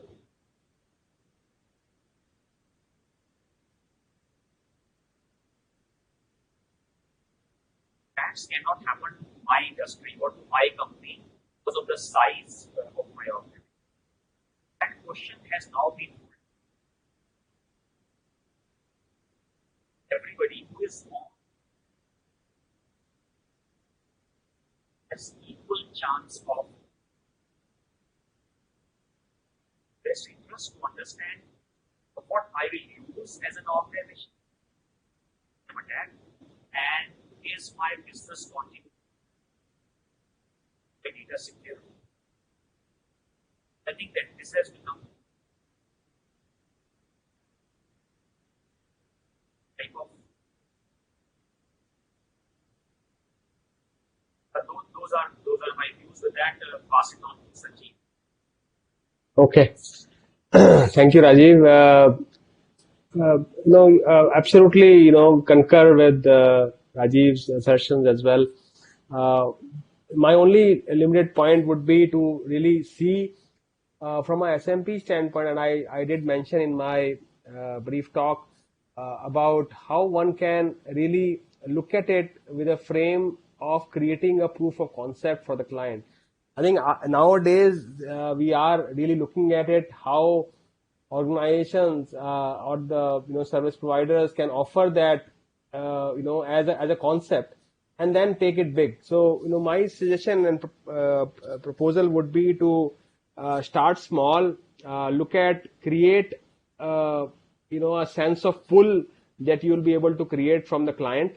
Because giving up with a very high level view, and saying that we'll solve it all would not really build it. And specifically, if you are talk about creating a fraud prevention and control strategy, as I shared in my presentation, I would say that start with the process rather than doing it at an organization level. Because if you start with the process, the client will definitely see value in what you are able to generate. For that process itself, and a very basic process of procure to pay, would be a good view. So while creating your proposal or creating a good view, I think it is important that we start with a POC. The other element that I would say which is also important is that keep the technology at the back end. No longer are the days when you can really, build up manpower and say that, yes, I can put in 10 people and they will deliver it for you. So the efficiency aspect needs to be really thought through, and how you can, do more with less is the mantra that needs to be followed. And if you are able to put that mantra across to the client as well, I'm sure, the value add will be seen in the client's eyes as well. So that's the second element. The third element is that one has to be clearly agile in this environment. To say that you can't say that if this is something that will work in our organization, this will also be the same view that can be deployed in somewhere else as well. So one has to be really agile and be able to fit as per the client's requirement, as to say that this is the way we can offer the services to the client. So just be agile in terms of and customize it as per the requirement. As I mentioned about size, scale, industry, regulatory environment, all of those have a role to play to really, build a very strong overall proposal and a very strong view to say that this is how we can serve the client. And also, once you are able to create a good proof of concept by doing one small piece of a process, you will be able to really showcase what the outcome would be, and it will be a kind of a double impact, that you will have, because you will create a lot of pull from the client, and on the other side, you'll also be assured of a continuous business that might come in from the client, because they will see a lot of value in what you are putting up through this proof of concept. So that's the way I would kind of put it across for SMPs. I'll now pass on to Amit to share his thoughts. Thanks, Sanjeev. Thanks, Rajiv. I think both of you have pretty well articulated. I will only summarize to say there are essentially 3 or 4 elements which practitioners need to focus on. One is, as Sanjeev rightly said, think, and think. Your clarity of thought is critical to what you're going to deliver or how you're going to deliver. And more than anything, when you do the research, it gives you the confidence on what all things you are saying are possible or not possible. So you don't come under unnecessary pressure also, but then you are able to deliver what you are required to deliver. Second is, while you're thinking, clarity of thought, all of that is there, but then you need to research also. This is something which while I mentioned just a little while back, but then this is something which is critical. In my experience, personally, what I've seen is many of the practitioners think that they can do it. They have a clarity of thought also, but then there is no research to back it up. That is something which is important. So create your own point of view. And the third thing is, have the right technology in place. So, thing is, when you are delivering something different, be prepared to at least put in some small investment in the beginning, which may be an investment of time, which may be an investment of investing in a solution, but then do something which ensures that you are known for that. And last but not the least, have the right people available. Partners cannot be there everywhere. You have to have people to support you. If, let's say, I am running my own practice, I cannot be omnipresent at all the places. So have the right people available, commit what you can only deliver, because it ultimately impacts your credibility in the long run. So those are my 2 cents around how it can be pitched. Nandaji, over to you, please. Thank you, Amarji, for a very nice answer from all of you. It really brought out the concept on which the SMPs need to thrive. So the next question is, how SMPs can manage challenges in investing in new digital resources and skilled manpower for internal audit to SMEs? Sir, where you ended up on human resource.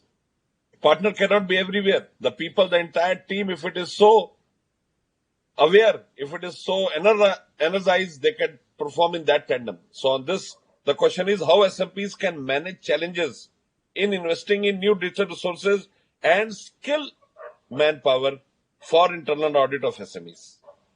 So what are your views on that, sir? We can start in the same order, sir. Sure. I will start and then request. So yes. So I don't think actually that every audit accountant needs to be but in technology. I don't think so. The most important thing is how we collaborate so that as a team, we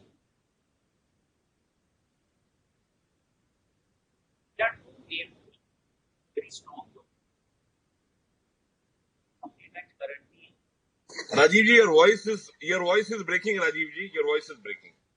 Okay. Is it better now? Very fine now. Okay. So there are two domains, Andaji, which are very strongly us as chartered accountants. One is technology, IT. Second is forensics. Yeah. And as chartered accountant, I don't think everyone needs to be a technical expert in all these three areas.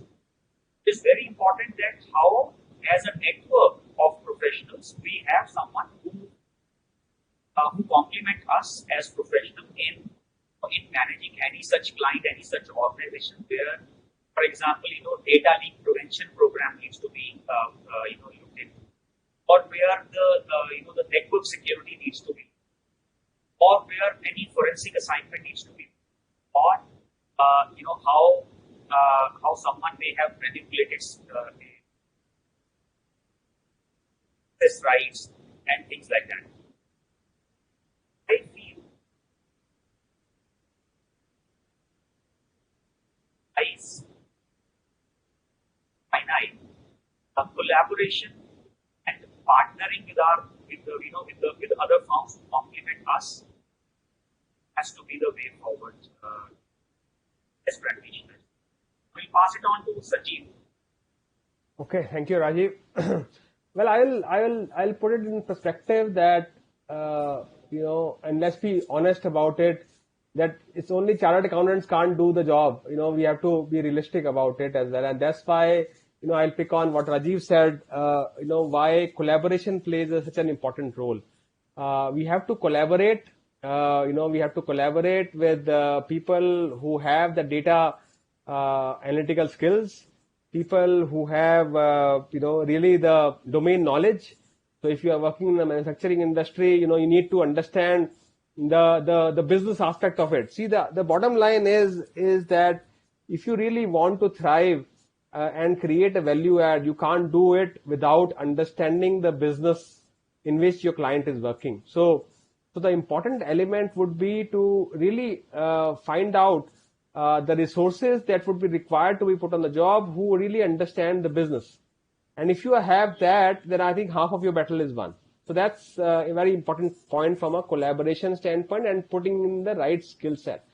The other aspect is on, how much one can invest in technology. And I think that's where I said, that, it's not only chartered accountant, and maybe if a chartered accountant is willing to put in and understand the data analytics skill of it, it will be a great combo in a way, because then you will be able to really, deep dive into data and really identify what's in it to really showcase to the client. So I think it's again a combination there of techno financial kind of a background if we are able to kind of create and build.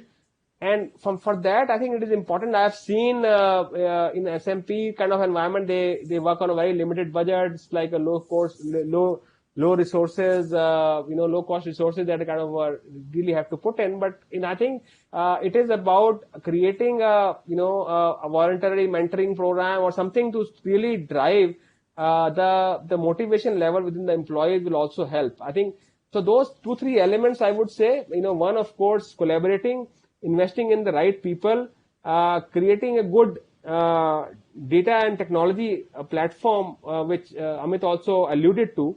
And it could be as simple as buying an ACL tool, which is not very expensive, which just costs you a few thousand rupees or maybe a lakh of rupees to really build around it, because Excel or maybe simple SQL server. So something like that, will definitely help one to take much more insights than by doing mere sample testing or doing manual groundwork. So that is an important change and mindset shift, I would say, that needs to be put in by SMP, that it's not only resources, even using buying a license of an SQL server or an ACL would also should be counted as a resources, because without that in today's environment it is very, very hard to survive and thrive. So that's the way I would suggest that in order to beat those challenges, one has to make those, investments, and also be aware of the kind of people that you really get into and hire. And lastly, how do you keep them engaged? And I think some of this kind of webinar or program that institute is doing would clearly be in line if we are able to pass it on, and if we are able to record this and let's share it, allow people to really watch it as per their own convenience in today's time, and that would be definitely helpful. With that, I'll pass on to Amit. Thank you. Thanks. Thanks, Rajiv. Thanks, Sanjeev. I think you actually mentioned two absolutely basic necessities of doing business: talent and the resources. I don't think I have much more to add to it. Considering that both of you have covered all the aspects, but I think what I would like to emphasize on is, as a practitioner, focus on what you do best. Don't try to do everything. I don't really think everybody is capable of doing everything under the sun. Yeah. You have to stick to what you specialize in. And I have seen many of my colleagues who branched out to form their own practice over the last 2 decades. They have found their cue, and that is what they have prospered and grown in. Like one of my old friends who started off his career with me about a decade back, nearly around 11 years back. He only does physical verifications. And his mantra is, my key focus is asset assurance, whichever part of the world, whenever you want, even in the lockdown. So he has gone high in technology there, invested money, and he is actually prospering there. Another one of our friends, he specializes only into pure play alco businesses. So he does work with most of the alco businesses in the country. And they value that. He has got a team of people who are not only CS. It includes people who have run their wineries. It includes people who are chemical engineers, mechanical engineers. And find your mojo and stick to it. I think that's the whole and soul of it. Next question, please.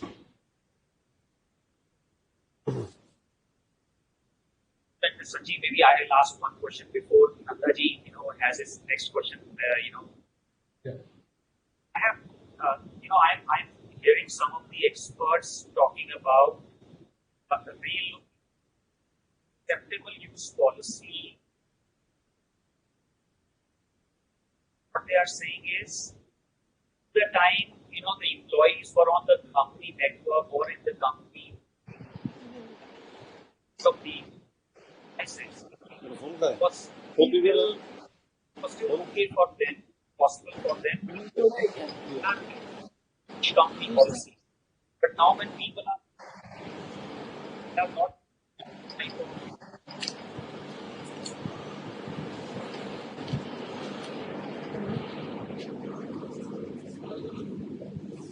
whether acceptable use policy.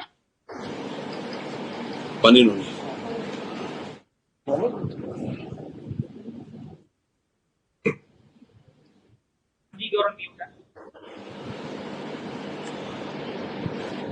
Can we go ahead? Yeah, Sanjeev, you're on mute.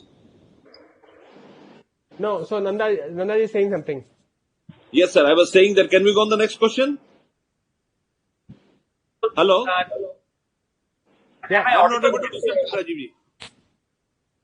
Whatever you want to add, you can add, and then we can go on to the next question. Rajiv, we missed you. Your voice was breaking, so if you can repeat what you're saying. Yeah. Okay.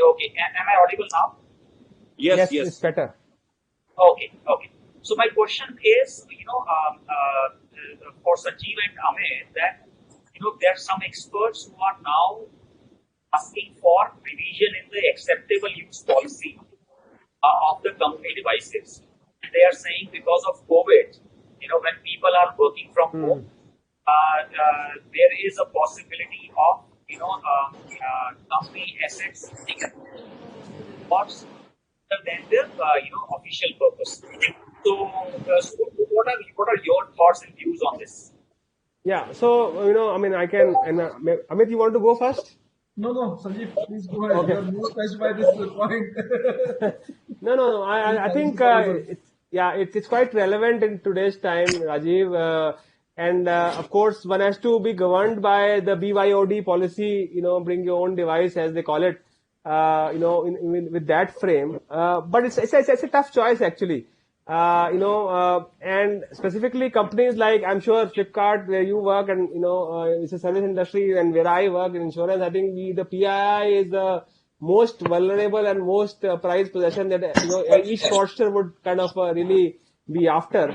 So we have to be, it has to be a measured response, I would say. It can't be open it to all. That's what the first thought that will come in. Even if it is required, it has to be, we have to be cautiously and judiciously put across to people. I mean, again, one can apply a different segment, but yes, in times, what I'm sure most of the companies have done it in a call center. People have moved desktops to individuals, but you have to have a very strong control mechanism and governance mechanism around how those assets are being handled.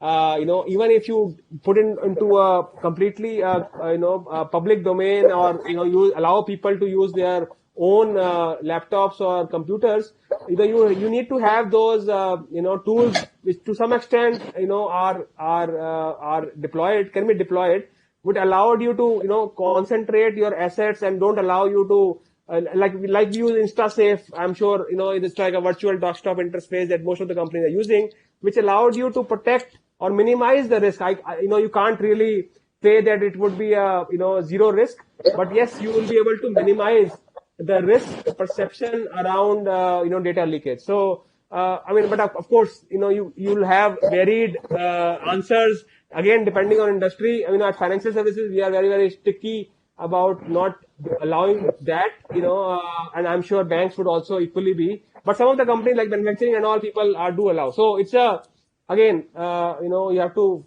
fit it in the industry which you want to build in. But there are, of course, threats, and you have to be cautiously, optimistic about. That's the term I would use to share that sentiment. So, Amit, your thoughts? Rajiv, what happens is it depends on industry to industry. For example, if it is a field sales team, typically you can demarcate their access to different organizational systems by way of the mobile apps or the tools that they are able to access from the organization.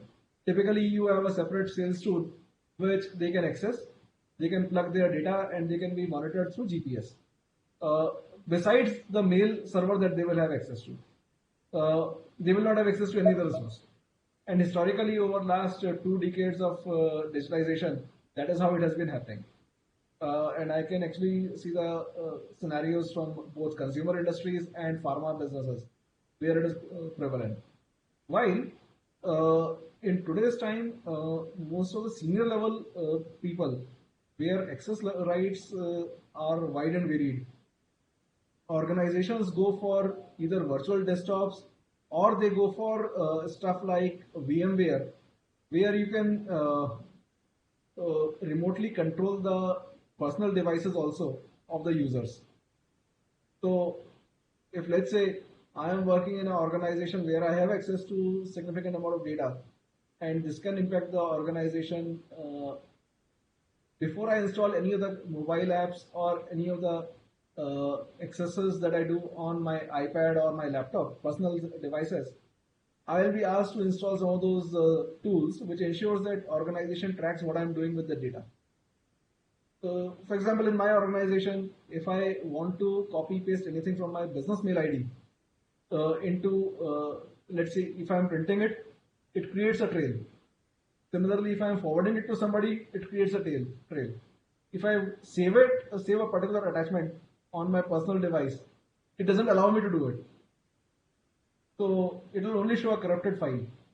So there are different mechanisms that organizations are doing. It also depends on significance of data and the cost of managing that data privacy.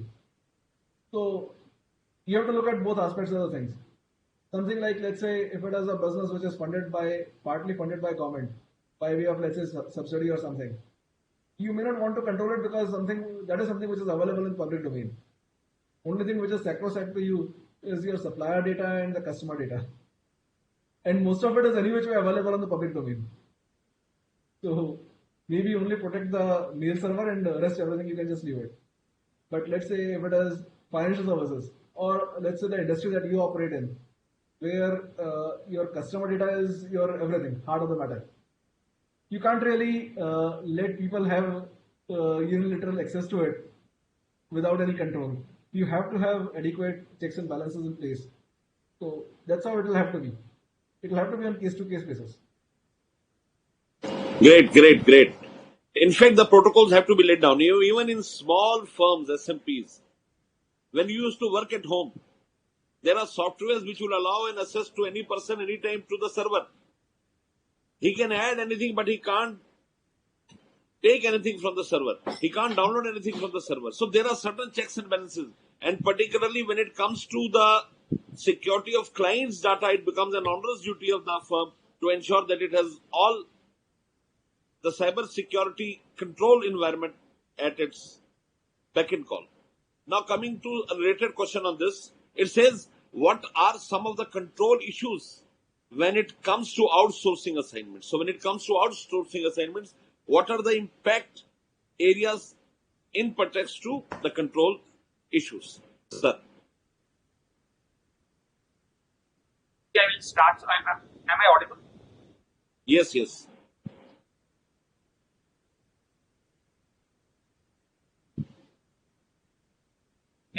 You're not audible, Rajiv. Not audible. We can start with Sanjeev.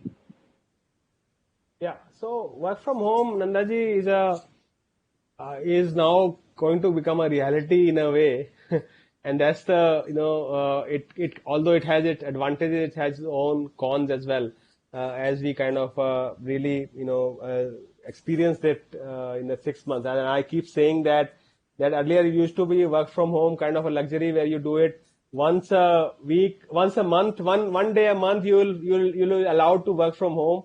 But nowadays, I think it's going to be the opposite side when people will be allowed to come to office once a month to really build that. That's on the lighter side. But work from home, really brings its own challenges, specifically with respect to data and technology, and that's why it is important to invest in technology and safeguarding solutions.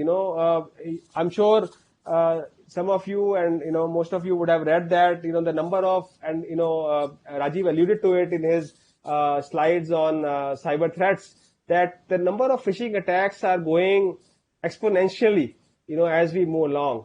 And, in a work from home scenario, we are exposed to, not only the basic viruses, but I think some of these cyber attacks. And, you have seen that even now globally, the SMPs are much more SMEs, or, SMP whom kind of the clients work are much more vulnerable to phishing and ransom attacks, because if they are able to lock into their main admin thing and with technology coming into play, the business is completely stuck. You can't move. And that's where globally at least this trend is there, where even smaller companies are being targeted, because you can easily gain a few bitcoins and kind of really move on. So it's a very, very important threat from that standpoint. And the best way to handle would be to really look at putting in those controls, those additional safeguards in the form of tools which are available, and can be best deployed. Start from very basics to making sure your virus patches are updated, and then moving, of course, on to, if you are a slightly larger SME organization, moving to a virtual desktop interface where you don't allow data to be shared. So some of those, DLP, is one, also Rajiv alluded to, which is data leakage prevention tool, can be deployed. So there are multiple tools which are available. But the thing is that you have to really identify your needs and accordingly work around to make sure that, address those needs, how you can build that in. So I'll pass on to maybe Rajiv back or Amit, whomsoever want to take it. I will make an attempt again, Sanjeev. Am I audible now? Yes. Yes, surely. So to add to that, Nandaji, what Sanjeev shared, if I look at the third party risk, one of the biggest risks which comes is the temporariness, the lack of continuity of those third-party, consultants. Because see, in case of employees, what we have seen that many of the systems, whichever ERP an organization is using, it is possible to have plugins where if an employee is leading the organization,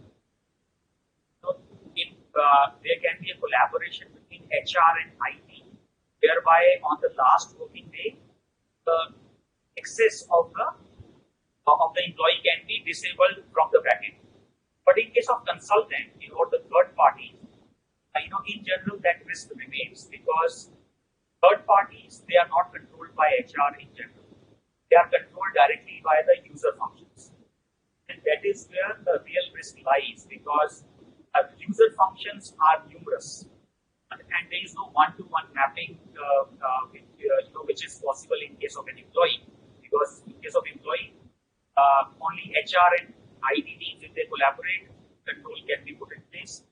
In case of third parties, there are so many user functions by third-party employees. Some of them has stopped coming in, and it becomes very difficult for the IT team to test that information on time. This becomes this risk area, and I'm sure there are many corporates struggling to have a sustainable solve on this. So that would be my bits on top of what Sanjeev done. Amit, over to you, man. I think the only incremental part will be the data privacy part because when you do the work, you do access significant amount of data, and quite a bit of it includes both the personal data and business confidential data. How to ensure privacy for the same becomes critical. If you're operating from home, you have to have boundary lines. You have to ensure that you're not giving out all that information to people who are not required to have access to it. So that's my bit to it. Nandaji, over to you. Thank you, Amiji. I want to tell you that on 1st July we have the Chartered Accountants Day. You are aware that our institute was set up an Act of Parliament way back on 1st July 1949. When the most important document to the democracy, the Constitution, was not adopted. It was adopted on 26th January 1950.